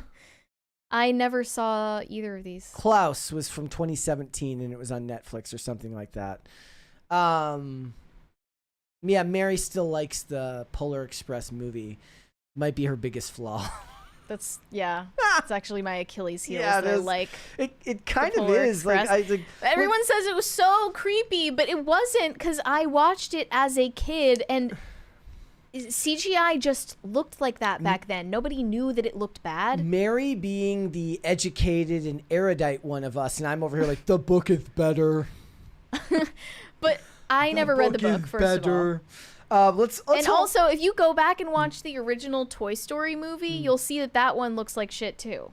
Like no, it doesn't. No, it does though. It wasn't it 1995. 95. Like that was really early on. The CGI was bad. There's a 20 there from Zach. Zach said, "Brett, I apologize. I was going to super chat yesterday, but work got away from me. You were right. The split screen didn't change. Cam angles were just slightly changed, which messed with sightlines." The sightlines from the viewer's perspective. Yeah, see, here's the thing. I saw a message, or no, I'm sorry, like a comment on like one of the on the episode from 2 days ago that said like the discussion about the camera angles is why it proves that Brett and Mary are stupid. Well, I am stupid, and that is true. But I did not change anything. See, the difference was when it was in 3-cam mode, I was always on that side. I was always on the left, right? Just not when we were in this one. Now I've switched this one. But before, it was always on the other side. The reason being, if I wanted to keep an eye on where I was on screen, Mary, like the screen on the left is blocked by my mic arm. Yeah. So you fixed the problem. Now I can't see myself on screen, and it's all your guys' fault. You fixed the problem, though. Everything's fine. I mean, it was never a problem to begin with. It was never a problem, but you fixed it. It's fine. Gaslighting these people. We have another from Zach. I wasn't going to say anything after you proved us all wrong, but tuning in and seeing that you did indeed flip the split screen made another 20 worth it as a thank you for listening to the Crisis Actors, even if we were wrong. Zach, I don't know if it was you who sent me the message, but somebody was very kind and sent a message, and they said, no, there is a problem. It's you were on the left and Mary was on the right, and I said, can you go and find me a screenshot and show it to me? And then it was crickets. And then, no, he's like, no, you were right. They admitted it. So, look, here's the thing. It's just proof that I was lazy. I wasn't going to go change things when we moved. Like, I didn't want to change more than we had to. When I had to unplug this rig and then plug it back in here, I had to like draw out a little map of where all the HDMI cords, because there's like 2 Blackmagic decks plugged into there, and it would have caused connectivity issues if everything wasn't plugged back in exactly where it was supposed to go. So the only thing that was different when I plugged everything back in was I plugged everything back in, and in this screen here, there was no display capture for the middle. That was I had to redo all that. like the thing that's in the middle Yeah. there that shows the article, all that was gone. You Everything know, else was the same. I noted to you earlier today before the show started that I thought our lighting looked a lot better than it did in the previous studio, and you said, "Oh yeah, you used to look sickly." and then I was like, we both did. We both did. We both did. We both did. I'm just a little bit less fair skinned, so it wasn't as noticeable on me. But we both looked like we were dehydrated. That was a nice save, though. Yes. Nice try. Nice try, Brett. Look, this not gonna forget that one. Yes, like this is gonna be 5 years from now. And I just think it's funny how. All right. Okay. Let's go. Let's move on. Let's talk about all the celebrities who are just fleeing X. In the wake of Trump's victory, a legion of celebrities, journalists, politicians, and other imminently hateable people are ditching Twitter. Now it's known as X, and they're instead heading over to a new version of a microblogging site founded by Jack Dorsey himself. It's called Bluesky, and it's super fake and gay. Bluesky has the juice. Celebrities flee toxic X platform for a rival social media site. All of these actors and directors and musicians and journalists, they thought they were the backbone of Twitter. Journalists specifically. Journalists specifically. They thought that they made it what it was. They thought they were the reason anyone even joined the site. And what they realized is how unimportant they are, especially after the election and Elon Musk's intense involvement with Trump's campaign. They realized that they are the least popular people on that website. And previously they were just astroturfed into relevancy. I mean, even Stan X doesn't sound as good as Stan Twitter. Right, exactly. It's always going to stick as Twitter for me. Yep. Or Twix, at least. But they listed out a whole bunch of celebrities who have left and started migrating over to Bluesky in recent weeks. Guys, they tried to make Threads a thing like a year ago, too. Threads, Mastodon. I heard Mastodon was just too confusing for people. Threads just isn't relevant. No one cares about it except for, I guess, Elon Musk's child, Vivian. But here were some of these celebrities who ditched Twitter. Lizzo, Barbara Streisand, Quinta Brunson, James Gunn, John Cusack, Guillermo del Toro, Ben Stiller. They also have George Takei, that's a usual suspect, Patton Oswalt, Yvette Nicole Brown, Andy Richter, Weird Al. I mean, I'll always love Weird Al. Camille Nanjiani, Dionne Warwick.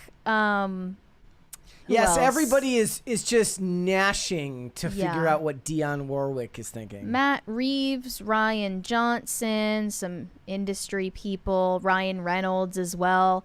I mean, a lot of course, Mark Cuban, AOC. But here's the thing: a lot of them are going to buy up their username or get their username quick to make sure they just have it, so somebody else can't start posting. But they're only listing the ones who have actually started switching over where they post. A lot of them said some of them have got I think they said Ryan Reynolds has it but hasn't posted on there in a while. Yeah. But most of them actually are trying to make this a thing, and it's stop trying to make Bluesky happen. Can't make Fetch a thing. Stop trying to make Bluesky happen. It's never going to happen. And most notably and funniest of all was Jamie Lee Curtis quitting Twitter. She posted a screenshot of her deactivated account. Jamie Lee Curtis said, "God, grant me the serenity to accept the things I cannot change, courage to change the things I can, and the wisdom to know the difference." Imagine using the same rallying cry of those in drug recovery. Because people on the internet say things you don't like. It actually makes perfect sense because the dopamine rush she gets from getting into back and forths with people on the internet is a drug to her. And again, guys, this is not an airport. You don't need to announce your departure. You can just leave. You can. Don't let the X hit your ass on the way out. I don't know. Don't let it X your ass on the way out. Yeah. Stephen King was another celebrity who ended up ditching Twitter after Trump's win. He said, "The atmosphere has just become too toxic." The atmosphere has just become too toxic. You're the toxic. You are actually what made this website toxic. This is what's hilarious. Is like they're mean to everyone.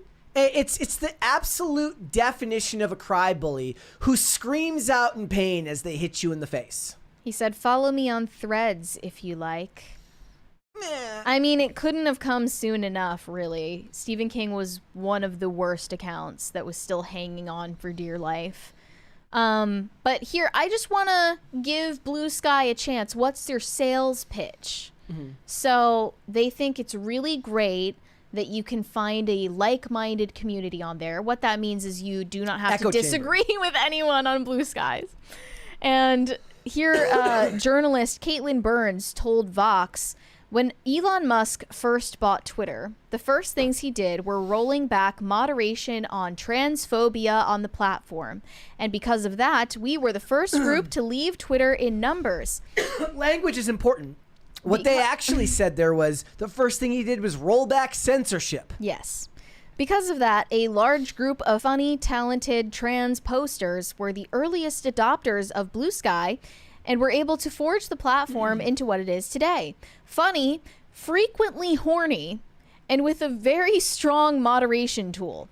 If you like Bluesky's vibe right now, thank a trans person. Well, what if what if a Christian conservative came over to your platform and found your sexual humor offensive?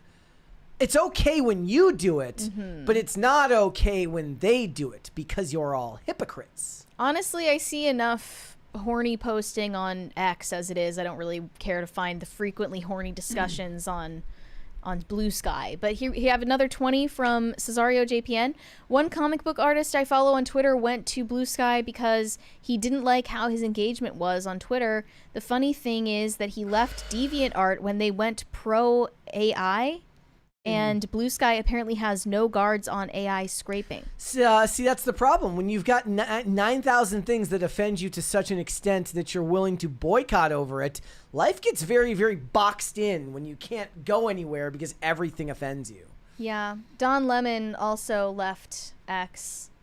Not sure if anyone cares. And the world wept. Yeah. One single tear. I'm playing a song for them on the world's tiniest violin. A very sad song, the world's tiniest violin. Elon will give us that $5 million contract he wanted. He said, I've loved connecting with all of you on Twitter and then X all these years, but it's time for me to leave. I once believed this was a place for honest debate and discussion, transparency, and free speech. But I now feel it doesn't serve that purpose. Because they don't actually believe in honest debate. They want every person who disagrees with them to be the token conservative on The View, where everybody just gets to beat up on them all the time. Lizzo said, I hate the internet. Anyways, I joined Bluesky because we're leaving toxicity in 2024. Yep. I don't know, man. And Gabrielle Union, and they're all leaving. And I think there are a lot of valid criticisms of X. There are a lot of valid criticisms of the way that the platform changed after Elon bought it and started monetizing it and started monetizing people's posts. Engagement farming it's never been this prevalent. Yes. Like, it's almost unavoidable. Most of the tweets that I see on my timeline involve some kind of media, usually videos instead of written posts, which is the point of microblogging. I see a lot of... It's not as bad as it was in months prior, but I still see a lot of women like shilling their OnlyFans, AI bots that are shilling OnlyFans and porn, just straight up porn in the replies of like any viral tweet. The replies to viral tweets usually have nothing to do with the tweet. Like, it's hard to find relevant conversations. Well, no, or it's like an AI like summary of it. Yeah, I see that all the time. It's infuriating. There are a lot of reasons that I think maybe Twitter had superior takes in like 2021, but it was just harder to find them because people were getting banned left and right. Yep. So it's not really because of the toxicity that I would consider an alternative, but you're not going to find anything better. One of the things that they don't... Thank you. One of the things that they don't really say out loud, or maybe they don't even understand it, is if all you're seeing is a bunch of alt-right transphobia, that's because those are the accounts you're interacting with. You're actually creating that algorithm yourself. So when I go on Twitter, most of what I see are trailers for movies or people. I do follow some of like Clown World and stuff like that, or Alpha Fox and stuff like that. But, you know, the stuff that I engage with is what creates my algorithm. So if you're seeing a bunch of stuff that makes you unhappy, first of all, I commend you for engaging with people who disagree with you. But you have to understand that you're creating that yourself, not the application. We have a 20 from Gordon Shumway. Trump is turning into, I don't know how to say this, Wild Stallons? I can't see it. From Bill and Ted. Their music brought peace on Earth, aligned the planets, etc. Trump is making lawyers quit the DOJ. Terrible celebs leave X. He's the hero we need. Not the hero we deserve. I do love all of the people right now who are acting as if people on the right are going to be upset that bureaucrats are quitting their job when this is what they've wanted forever. What they want is to get a bunch of useless government bloat out of there. Bureaucrats can't be fired, so you have to make them hate their job so much that they quit. Yep. I think that Bluesky is just Twitter for sensitive people. And if they needed to find a place to sequester themselves off from the rest of us, from, you know, all the adults, then that's fine. Go over there and have fun in your little playpen. Yeah. So no one will kick your sandcastle. I mean, they can go from there to Threads. To Mastodon, then they to can go Tumblr. I mean, Tumblr's still around. I was literally going to say, surreptitiously look left, right, Actually, and then check Tumblr. Don't go on Tumblr, because I've had a very peaceful time on Tumblr so far. Just accumulating fashion inspiration. I don't want anyone to join Tumblr to give their political It's takes. also fair to point out that after the giant ad freeze that went on last year, after Elon Musk's takeover, Comcast, Disney, and other companies are among the advertisers that are returning to X after that ad freeze, albeit at very, very low levels of spending, not anywhere near what they used to spend on that platform prior, because they're afraid of being, promoted next to alt-right Yahtzees and whatnot. Right. Yeah. Well, I'm sure that eventually they're on the track to profitability. We'll wait and see. Shane H. Wilder said, oh yes, the great highbrow... Oh, no, I already read this one. Red Snow said, Macho Man Cream of the Crop is the best interview. Macho Man, yeah. I have not seen that. That's okay. Nate said, how is Mike Tyson right? That's just nihilism. No, I don't think it's nihilism at all. I think that it's... I didn't take anything that he said as nihilistic. Yeah, no. I think what you heard as nihilism was really him just trying to say that our earthly accomplishments and our earthly legacies and who remembers us is ultimately not what you should care about, because everyone will be forgotten. Yeah. He didn't mention anything about an afterlife, but I think that was implied. Like, everything that you accomplish on this earth and all the reasons why anyone is going to think you're cool, they don't matter. Shane H. Wilder said, Brett, there's an age gap. Jake is just a kid. Jake has a lot of years on him. The power imbalance, though. He can move quicker. We'll have to wait and see. Mike Tyson. He's only 30, you sick. He's sick. Weary Traveler. Oh, I already read this one. V. Witt. Make Mr. Fluffykins great again. Mr. Fluffykins is still great. He's just not in the room with us. Yes. You can be great, not here. Yeah. There's a 20 there from Serenko. Let me pull that up. I got it here. Been busy this week, so haven't had a chance to watch these past days, but glad to see y'all settling in. Have you seen the latest episode of Murder in a Small Town, Brett? Thought it was great. Carl really attracts the craziest people. I have not, and thank you for reminding me, because it was off the air for a couple of weeks during the election.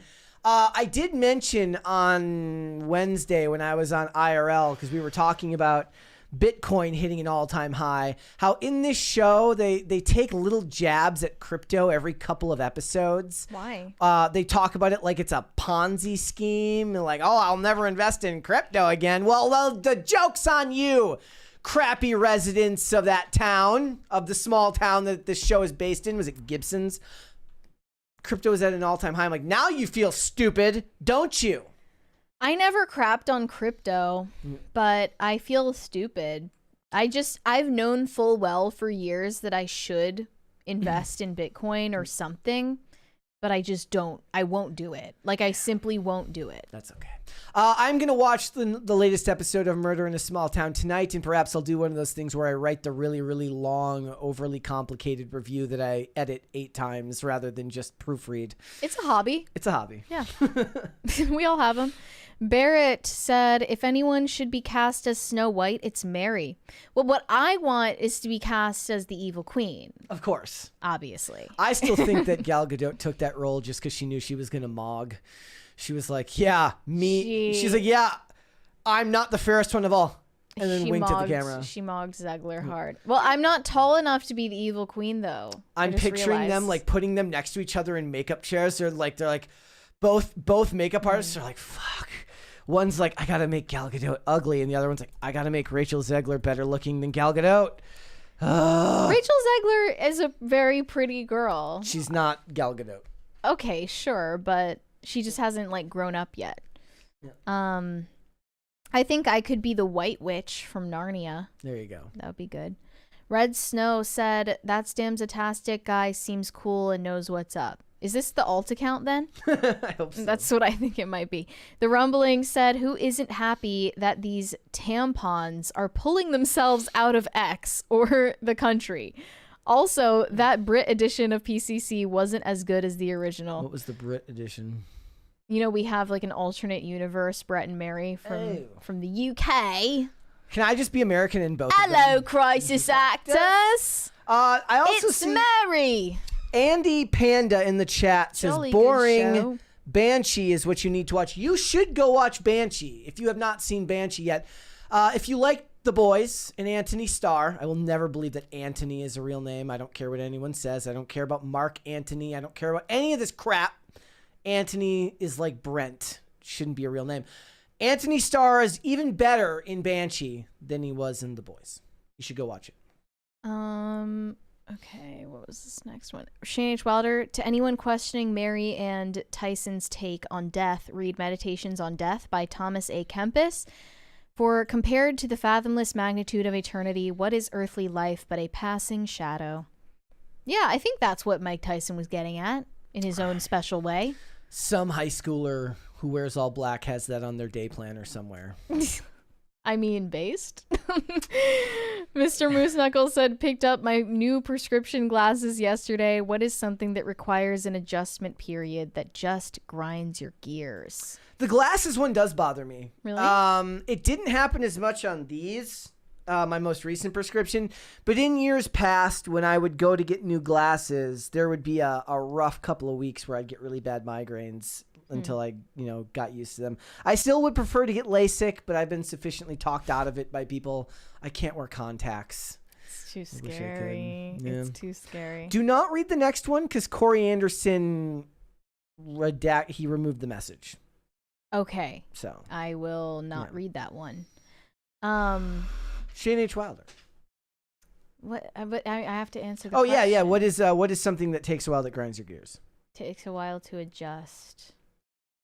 Oh, I don't know. I can't relate to the glasses one because I stopped wearing glasses as soon as I got this job, actually. Started wearing contacts? I was like, okay, you're going to be on camera every day. Like, you actually have to just put your finger in your eye and grow up. So I'm not growing up. I did. I'll have to think about that one, though. Shane H. Wilder said, damn it, Corey, also aren't you married?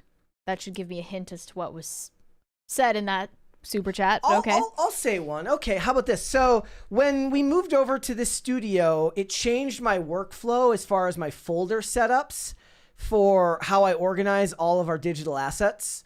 So because I have to move stuff from this terminal to that terminal now in the other room, and the way my folder logistics are now different, and I spend every day terrified that I'm going to put something in the wrong folder.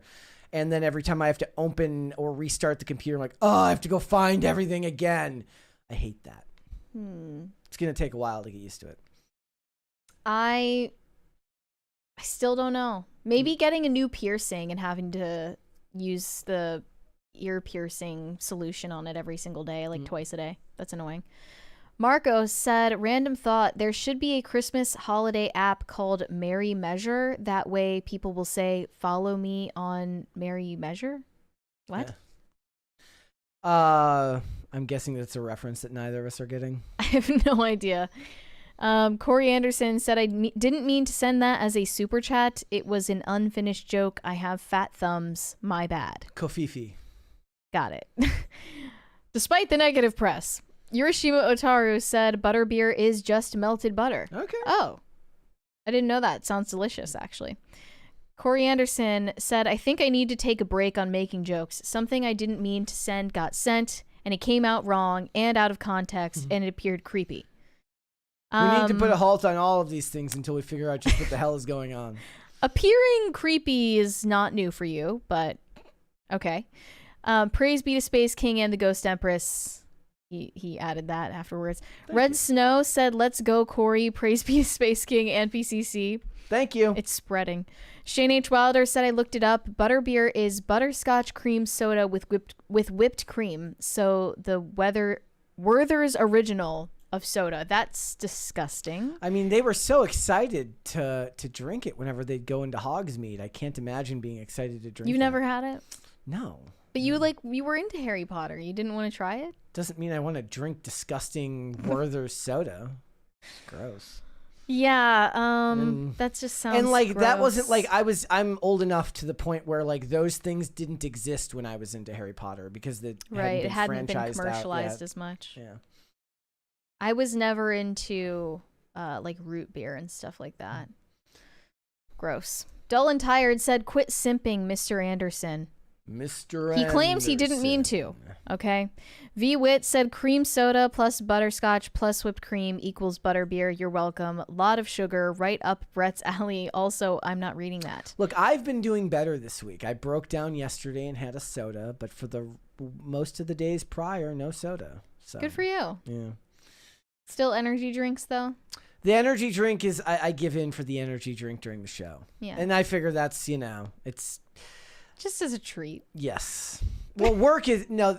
This is not a treat. This is to get through the work day. Right. Okay. Right, and it's not sleep because I'm getting plenty of sleep, and I will not let Alex Clark tell me it's got anything to do with my diet. So you can't tell me nothing. I had to stop zinning during the show. Actually. Why? I just thought it was making me scatterbrained for some reason. It could be.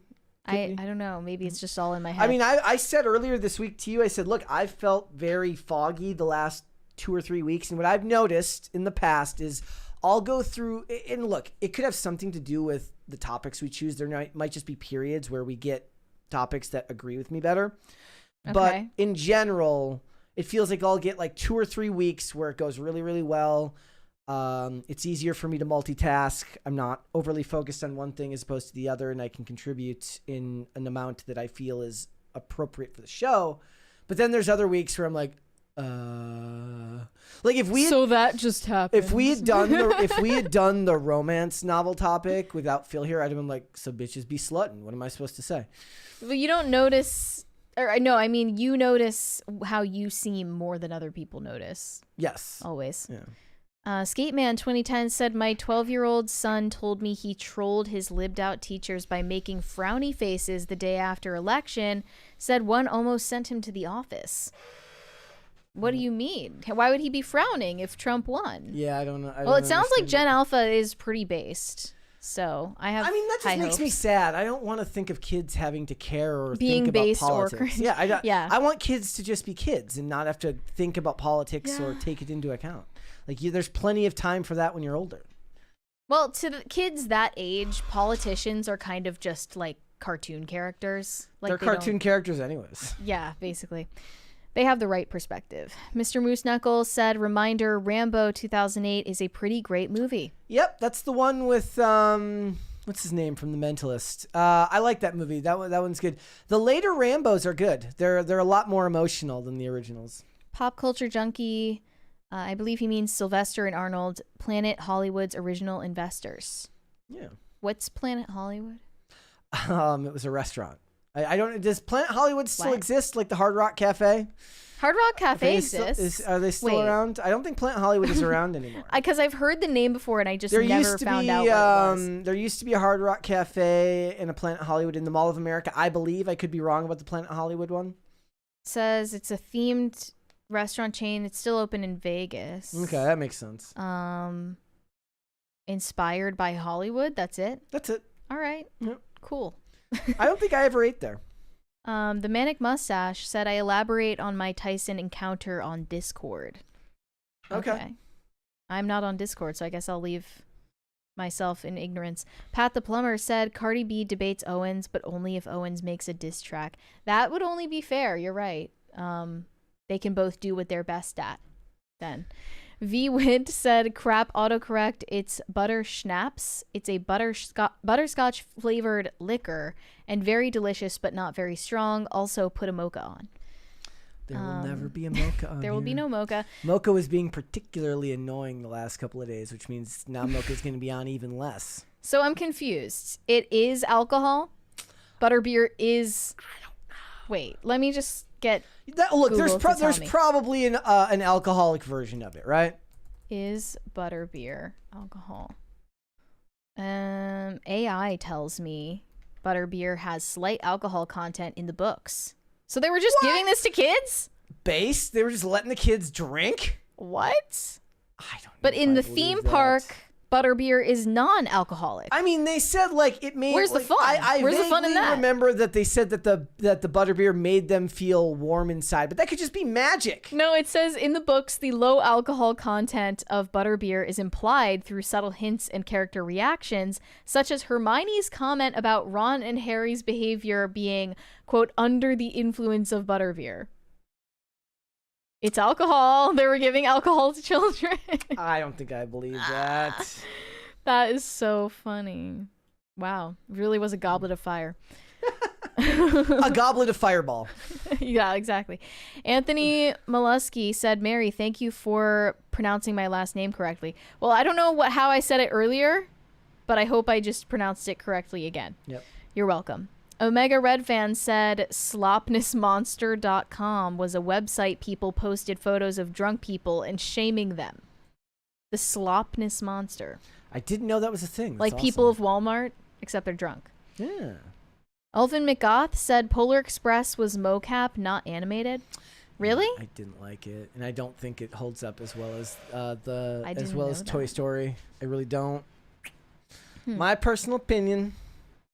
Ulvin McGoth said Polar Express. Oh no, I already read this one. Corey Anderson said, Mary, chances Brett Cooper coming on PCC 1 to 10. Someday, maybe. I have no idea. I can't rate that on a scale of 1 to 10. She's a busy woman. Yeah, but yeah, sure, that would be great. Shane H. Wilder said, what? Shane H. Wilder. I was just reading it to myself. Oh, okay. Shane H. Wilder said, why does Bluesky sound like a CIA front? It does. It's just like it's just a nondescript building in a business park, Blue Sky Technologies LLC. Yeah. And nameless, faceless people go in and out at all hours, and they're like, who works there? Like, so one of my, like, look, the thing about skating is if you like street skating, you have to go find places where you're not going to get kicked out.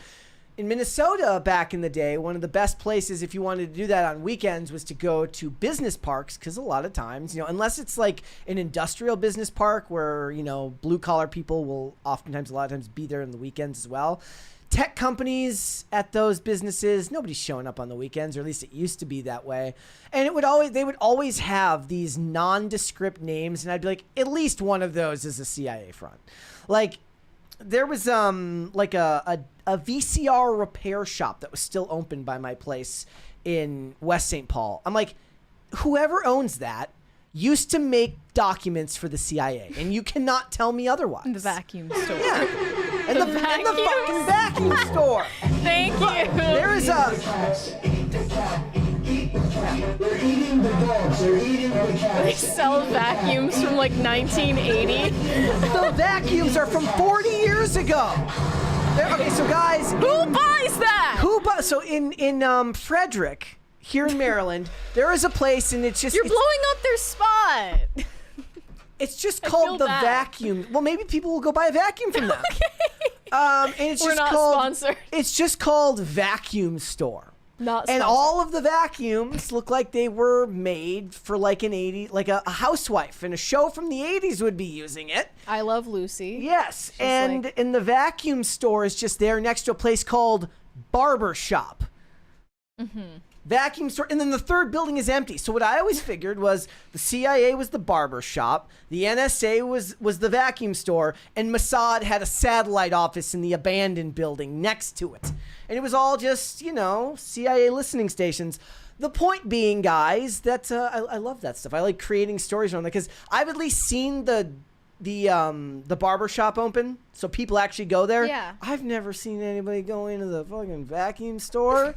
That shit's a CIA front, and everybody knows it. You got a 20 from Jose Quintana. Brett, a very underrated and forgotten Stallone film is Nighthawks, a more realistic drama from 1981. I'll be out the door to see Red One. Please do not disavow me, oh great Ghost Empress. Have a great weekend. I will not disavow. Have fun at the movies, my friend. Do as thou wilt. Yep. You'll have to let us know on Monday what you thought of it. Was there another 20 that I missed, or is that it? I think that might have been the only one that you missed. Okay. Shane H. Wilder said, if you use Threads, I assume you're on Grindr. Same. I would assume that as well, especially because the Bluesky logo is basically a copy of the Twitter logo, but a butterfly. It's a butterfly. Okay. Like, can you get more zesty? Red Snow said, holy globulus? I don't know where I don't know how to say that. Inserted, psycho armor mounted, praise be to Space King. Also love y'all, chat, and sometimes the panel. Wow, only sometimes. Okay. Are we the panel? It's two people. Is that a panel? Is that just two people make a panel? I don't know. Pop Culture Junkie said, Mary, another vote for Polar Express, a classic. I loved Polar Express and watched it every Christmas. The book is... I've never been able to say this before. The book is better.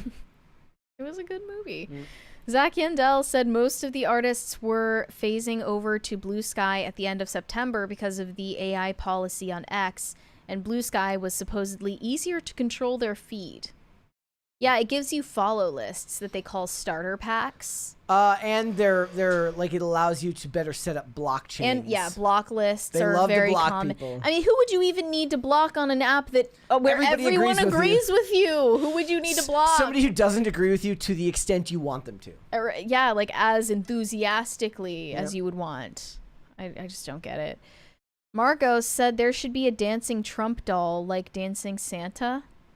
I'm kind of down, like one where you pull the string on the back and it starts doing this. Why hasn't there been a Trump Barbie yet? I mean, I can A tell you. Melania Barbie needs to exist. Weary Traveler said Mary will always be Ghost Girl.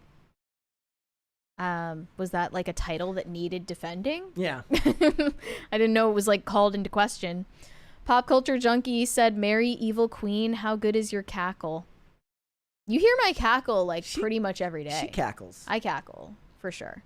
Shamelessly. High Voltage 75 said, Mary, did you catch Review Bra's review of the classic Taco Bell items? That green burrito did indeed look disgusting. I didn't even look at it when I ate it, to be honest. I was like scared to I just didn't look down. Like I just went in for like whatever that was. But it was gross looking in the yeah, it was gross looking in the photos enough that I just wasn't gonna look at like whatever they gave me. I haven't seen his review though. I do like Review Bra. He's funny. Mr. Joker said PCC Alice in Wonderland. Mary can be Alice. Ian the Caterpillar. He can give her mushrooms and she'll finally be tall. Brett can be the Mad Hatter Rabbit. Okay. And the song will play. Let me think. The Jefferson Starship song will play. I think you would be the Cheshire Cat. Perfect. Yeah. I'll take it. Hiroshima Otaru said movie memorabilia and items that belonged to celebs. Oh, oops, left out Planet Hollywood had in the last super chat. Yeah. Okay, so it was just like a museum / restaurant / Planet Observatory. Yeah. Okay. I would want to go if I ever go to Vegas. I doubt I will. V. Witt said, isn't that where Walter White got trafficked. Probably, yeah. Wait, what? The vacuum store? The vacuum store? What was that anyway? I don't remember now. I don't remember. The Rumbling said, so the show Chuck is based off Brett's life? Yeah, I mean, I wouldn't want to be Chuck in that show, but I mean, I would rather be Chuck than Morgan, I guess. But if I had to be a character in that show, obviously, I would want to be Captain Awesome. I would want to be Devin. Of course. He's the best. He's a surgeon. He's incredibly handsome. He does everything right. He's got the perfect family. He's the perfect guy. That's me. I haven't watched it. You should so watch I it. don't know. All right, guys. Well, we got time to hang out. We got 10 minutes here. There was something that I had marked a couple of things earlier that I wanted to mention, but now I forgot what they were because I'm bad at my job sometimes. We're a little bit absent-minded today. Dustin in the Wind says Devin is dumb. No, Devin is a surgeon. He's not dumb. He's naive a little bit, but he's not dumb. Yeah, I you should watch. Actually, I don't know if you'd like Chuck. I'm trying to. You don't know if I'd like anything. I mean, I don't know if you'd like anything. I know you would like Scream Queens. I will maybe have to check it out. You would sometime. love Scream Queens. Actually, if you don't, you can be honest about that, but you should watch it. Well, I wouldn't lie. It's totally your type. There's a one from Shane H. Wilder. Brett would be a good Cheshire Cat. I think you got the smile. Yeah. Not too creepy. Educated, not street smart. Well, Chuck wasn't street smart at the beginning of the show either, but he was thrown into a multi-government plot and became a clearinghouse of all the information for the CIA. Also, let's just wind it back for a second and talk about how absolutely ridiculous the idea of the Intersect actually is, to put every single secret the CIA has onto one drive and then upload it into one person's brain. So they're like, compartmentalization, fuck that. We're not going to do that. We're going to put all our ideas into one person's head. That doesn't make any sense at all. I'm so lost right now. It's okay. High Vulture 75 said, winter is coming. It's getting colder outside, and I find myself in the market for a new hoodie. Know where I can find one? Wink, wink. Actually, as a matter of fact, I do have a place where you could go. They really get a are hoodie. teeing If up you our were looking shills. for- right now, guys, if you haven't checked it out before, up on our Teespring, there is the Pop Culture Crisis Stealth Pullover and Zip Hoodie. Both are available. And with the winter chill in the air, what better time than now to go out and buy one? Again, if you're like me and you wear all black pretty much every day and you don't like logos because logos are evil, you can buy I this wouldn't hoodie. say logos are I don't evil. like bold logos. It's just not my thing. This is a stealthy version. I'm putting it in the chat right now. Link in the chat. Thank you for setting that one up. We appreciate High Vulture that. 75. We appreciate that, and It's anyone who buys the hoodie. Pinned to the top. I've heard the kids are loving it. I put a poll up at the beginning of the show. I completely forgot about this. I said, who's winning the fight? Oh, yeah. Jake Paul or Mike Tyson? Okay. 81% of you say Mike Tyson. So you're just lying, right? I feel like it's just inevitable. Like, Jake Paul is gonna We'll have to wait and win. see. I don't think there's a knockout in this fight, personally. They should have made it a real sanctioned match. I think it was cowardice not to. Do you agree? I mean, I think it is sanctioned as a real match. I thought it wasn't. I thought it was exhibition. I mean, it's just there's no belts on the line, but I think it's sanctioned as a real match in the state of Texas. Oh, okay. Weary Traveler said Mary only likes fashion, death, and zins. Yeah, I guess I should include that in the list, but they should sponsor me first. Yes. Before I give them any free promo. I've given them enough of that. I think there are people in the chat who are besmirching our good name by saying that Bob Dylan is good. You can stop that right now. Who is saying Bob Dylan is good? What? Somebody said, I saw something about Bob Dylan in here. They're trying to start a fight with you. Dylan be rocking music and anime, says Bob Dylan wins. No, he doesn't. He's just going to talk to you in a really annoying voice. More annoying than mine even, and that's saying something. Edmundo Jr. Petruzziello said, love the Polar Express, watch it every Christmas. Base Mary is right as usual, because that's the way things happen on Pop Culture Crisis. It's so true. And I say it all the time. And I say it all the time. There's a 20 We there have from a VWit. 20. VWit said, OMG, Brett is soon, ooh? So, Morgan. Wait, what? I'll read it. Brett is so Morgan Grimes. Oh. No, I am not. Though I He's probably am the same height as Morgan Grimes. The perfect sidekick, and we will keep this in our brain until I die. Also, I love Chuck and Zach Levi, and I still have 100 characters to use. One. I refuse. Let me be Casey at least. I'll be Casey. I don't know if that's trying to insult you or not. It is an insult to call me Morgan Grimes. Okay. Oh, actually, you know what? I'll be wait, which one? I'll be either Jeff or Lester. Yeah. I can't. I'll be both of them. I can't have an opinion on this. Red Snow said, "Praise be to Space King." Just saying. Yeah. Thank you for just saying. Shane H. Wilder said, "When you trying Alps, Mary?" I am never trying Alps. No. I don't intend to, at least. Here's the thing. Tucker was just going on and on for months about how much he loves zins, and he was showing everyone his zins, and he was promoting them for free, basically. And he's encouraging all of his fans who aren't into zins to get to use them. So now you're addicted to nicotine, and he's like, all right, now let me tell you something. Zin is woke. Buy mine. Yep. And I just the old bait think and switch. That was a little bit of a bait and switch, and I'm not going to fall for it. I am planning on going to their website and finding all of those Swedish flavors they don't give us here. Want to try like what was it? They had like a lemon spritz. I would try that one. Yeah. I have made my decision. I am in fact Lester from Chuck. I'm not Jeff because Jeff is too pervy. Sorry. Well, I guess you wouldn't want to be seen as that. I mean, Jeff is probably also, but not to the level of, or Lester is as well, but not to the level of Jeff. I think we're all caught up on the super chats. Are we all caught up on the super chats? All right. But I don't know how good I could be at being those characters because I can't sing. Of course, I guess they couldn't really sing either in the band. Jeffster was the name of the band. We are more than halfway to the 6th crisis party, I believe. We are getting there. Just saying. Yeah, we're on our way there. Yeah. We got about 5 minutes. Just thought I would mention it. Is there any TV show where you look at a character and you're like, it's literally me? It's literally me. I don't know. Do women really do that? I have no idea. I guess, no. I think they're... No, you don't look at Anna Delvey and go, literally me? I wouldn't even be able to do what she did, honestly. Yeah. But I see characters who I admire for their clothing, like their style. Yeah. You know? Jenny Humphrey from Gossip Girl, always.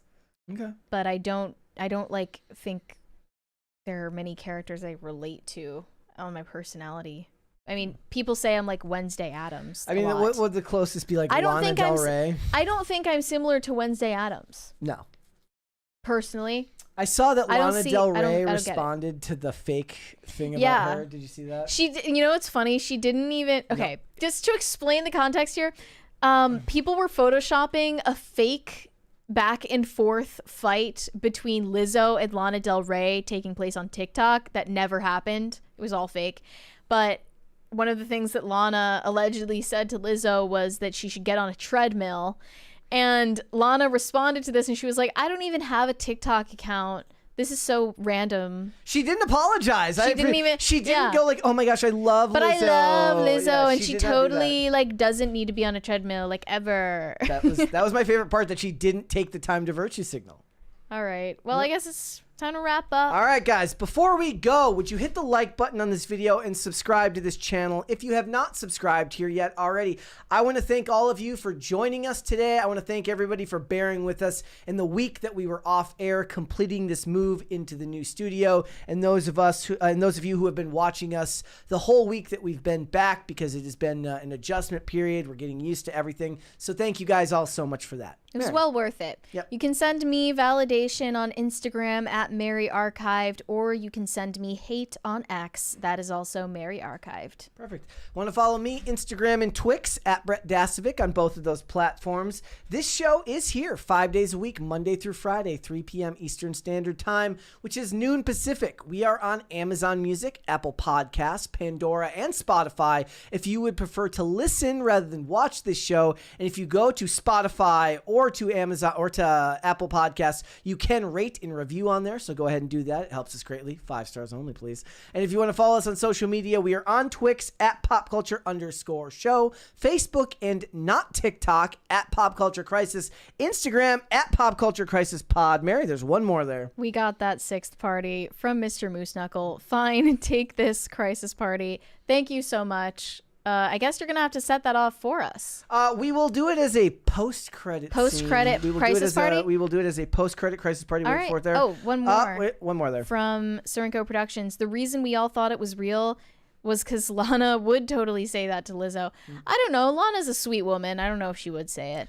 It did not trigger the 6th crisis party. Looks like we're still a little bit short there. I don't know if it's just short. Hold on. I can double check here. Oh, I guess I was wrong. It's almost there. It will go with Surenko's after that. Okay. So we will wait a second and then we will go there. So that is all thanks to Mr. Moose Knuckle and to Surenko Productions. We can hang for the moment. So we're not doing post credit. No, we'll just hang for the moment and then we will do so. It should do this. Oh, no, it should trigger there. I will do so manually because it did do so. So we're good. Here we go. Okay. See? Is it working? It's not going to reset, but. Thank you. You're not even dancing, Brett. It's like I'm all alone in this.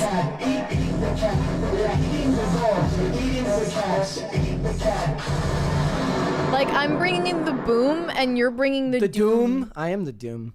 I'm going to hold off and wait and see if this actually goes through here now because then I'm going to have to turn it down. Now you're paranoid. No, not paranoid. I'm just, I'm more OCD about making sure that it actually resets because it's, the number didn't catch up to it there. So we'll have to wait and see. Guys. We have another from VWit saying boop. And one more there from Shane H. Wilder as well. Oh, he said bye, guys. Bye.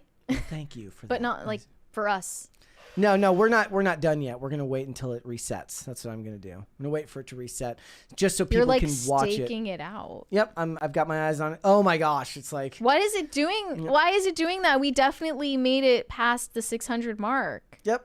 It says that right there on the live stream, but it's not showing on screen. It's being very silly That's today. so weird. It's being very silly today. It's Friday. Oh, there it is. Okay. All right, guys. We will be back with another episode on Monday. We will see you guys there. Bye guys.